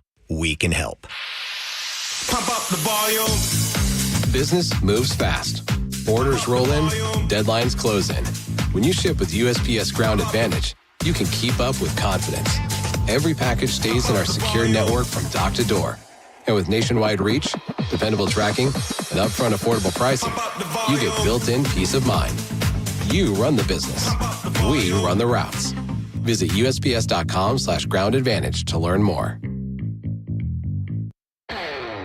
This is the story of the one who keeps multiple buildings running smoothly day after day. Plumbing that flows, HVAC that hums, cleaning supplies that keep surfaces sparkling. That's why she counts on Grainger. With easy reordering online and 24/7 support, Grainger helps her keep the products she needs on hand. So shelves stay stocked and buildings stay ready. Call 1-800-GRAINGER, click Grainger.com, or just stop by. Grainger, for the ones who get it done. If you've been sitting in traffic long enough to finish a podcast and question your life choices, it's time to flip your trip. Ride transit. Find a park and ride or roll past stress on a bike or scooter. Free yourself from traffic jams at flipyourtrip.org. Get more baseball for your buck with Mariners Value Options. Tickets for less than $12 to select games all season and the biggest ever value menu and beer lineup, featuring 36 items and available every game. Check it out at mariners.com/value. Guys, it's Men's Health Month at Revive Seattle. Get a free comprehensive wellness panel. It checks your testosterone, blood sugar, heart health, and more. Valued at $400. Offer ends June 30th. Call 206-529-1111 or visit ReviveMen'sHealth.com. The John Curley Show mailbag is brought to you by Advanced Hair Restoration. Greg Tomlin and Tim Gatos on the John Curley Show. Time for the letters, the mailman, and Jesse texted in. Earlier we were talking about the anniversary of the RFK assassination in 1968. We learned that Tim, your dad was there standing behind Robert Kennedy just moments before he was killed. You can find the pictures online. Ken Gatos. Jesse writes in, very cool. Please thank Tim for sharing that story about his dad. Yeah, thanks, Jesse. And Carla in the 425 says, love the story about his dad. That name sounds so familiar. I may have listened to him. Yeah, you may have. And Thanks, he was on radio here in the Northwest for years, you said? Mm-hmm. On the issue of Mayor Katie Wilson, a mayoral candidate, Spencer Pratt in L.A., and the homeless issue, 206 writes in, not sure which one of you just made my day, but thank you for calling out Katie Wilson regarding homelessness. I'm a mom whose 40-something son would score high on the ACE, ACE. Heartbreaking, but trauma is real. Thank you again. And again, the ACE score, Tim, is what? Yeah. Adverse childhood experiences. Yep, there it is. Yep. And Layla says, I'm a business owner downtown between Pike and 3rd Avenue. 99.9% of people out there are drug addicts. The real homeless people are not downtown. They have jobs, and at night they're sleeping in cars and nobody can see them. They're camouflaged amongst all of us. Okay, and Shannon Nabothel says, Spencer Pratt did not say he would ship all the homeless addicts to Seattle. He said they would go to Seattle. Okay, good. You got me on that one. That's true. Yeah. Devin Bothel, true, most of these homeless people are drug addicted or not getting their psychological or mental health issues addressed by King County. And now it's time for Letter of the Day. Sean in Arlington. Great segment, guys, about RFK Jr., your dad, Tim, and taking that dish served to you by life and transforming it into something better. I think of that as transmuting, and we can all learn quite a bit about how to navigate the human experience from your dad, Tim. Thanks, guys. Great show, by the way. Yeah, that was kind of a theme today. I mean, to put it crudely, life gives you lemons, you turn it into lemonade, but it's more profound than that. Yeah, no, absolutely. Absolutely. Greg, a pleasure as always. Let's do it again sometime. Good times, Tim. And thanks, Joe, Andrew, Lori over at the Real Time Traffic Desk. It's been a pleasure working with you all today. Stick around. We'll be right back. First, let's send it on over to you, Lori. How's it going? Well, Seattle to Everett now is about 51 minutes. You're going to slow through the U District and from Mount Lake Terrace all the way to 128th in South Everett. Southbound slows from Lake City Way into downtown. 405 northbound slows from Bellevue to Kirkland, and then 522 all the way to I-5, and that's where you're going to see a southbound 405 slow down from I-5 to 527. 167 pretty much stop and go from Renton to Puyallup, and South 5 backing up from South Center past Joint Base Lewis McChord and Federal Way to Tacoma. Right now, you're going to see about a 6-minute delay. I'm Lori, KIRO Real-Time Traffic. Hey, John, why don't you tell everybody why you started going to Longevity Medical Clinic? No, I don't want to do that. I can tell you, I started going to Longevity Medical Clinic before I started doing these commercials, but that why I went is not important. Oh, it absolutely is. Okay. I'll tell you. I was a Sammamish City Council member, and whenever they had asked me to do the Pledge of Allegiance, I couldn't make it through the whole thing without crying. I know, it's so dumb. I mean, I know I'm patriotic, but what the heck? So I go into Longevity Medical Clinic, and I explained this to them, that there's something wrong with my hormones or something, and they see the testosterone and the estrogen are all out of balance. We balance all that stuff, and I can do the Pledge of Allegiance without crying. But I've also noticed that I deal with stress a lot better, don't I? Yes, you're a lot easier to live with because you're getting more sleep, you have more energy, you're better organized, and I'm not helping you look for your car keys every morning. Right, because now I've taken the steps to take care of my mind and body. I strongly recommend anybody get the free health analysis at lmclinic.com. That's lmclinic.com. So, how's your research going? Surprising. After I figured out the top-rated TVs in our price range, I went shopping for deals. And who's the best? It wasn't the internet, and it wasn't the warehouse club. But it was video only. They had better deals on the Samsung, LG, and the Sony TVs that got the highest scores. better than online and at the club? I know! Video only beat them all. And now we can afford an even better model for the same price. My research really paid off. If we buy it video only. Exactly. Otherwise, we'll be sorry. At Video Only, you won't find huge stores with refrigerators or microwaves, but you will find the best deals on top-rated TVs, soundbars, and monitors. Shop around. Just make sure you visit Video Only, because if you don't, you'll be sorry. In South Center, Bellevue, Linwood, Federal Way, and Tacoma, Video Only. What would you do if the person you love needed round-the-clock care and you had no plan to pay for it? I was very worried about running out of money. When Mike's wife was diagnosed with dementia, he turned to LifePoint Law and Elder Law attorney Rajiv Nagayich. And then he said, you're going to be okay, but we have to get through these steps. Then I felt a whole lot better going into it. It was still a very difficult process, but in the end, I knew that there was someone there that if I needed help, understood what I'm going through. LifePoint Law helped Mike protect his wife, his finances, and his future. They laid it out really well up front. They give you a very in-depth plan. There are so many things that you don't know. I could never have done it on my own. Register for a free LifePoint Law retirement planning seminar in Tacoma on June 4th, Mukilteo on June 6th, Lacey on June 9th, or Bellevue on June 13th. 6:30 p.m. Space is limited. Sign up at lifepointlaw.com. That's lifepointlaw.com. Welcome to this week's Puget Sound Express Whale Report. According to naturalists from Puget Sound Express, Biggs orcas and humpback whales are the story this week. The T65A family of Biggs orcas are hunting seals, sea lions, and porpoises. From Hood Canal to Port Orchard to the Strait of Juan de Fuca, this family seems to be everywhere. Migrating humpbacks are in the area as well, with Orion and Graphite wowing guests on recent tours with breaches and tail lobbing. Family-run Puget Sound Express offers half-day and full-day guaranteed whale-watching tours departing from Edmonds. These tours are Seattle's most popular and well-reviewed whale tours. Their new full-day tour includes a 2-hour stop on San Juan Island. Orcas, humpbacks, gray whales, minke whales, and so much more. Don't miss out on your chance to see whales in the wild. Family-run Puget Sound Express guarantees you'll see whales or your next trip is absolutely free. Book online at PugetSoundExpress.com.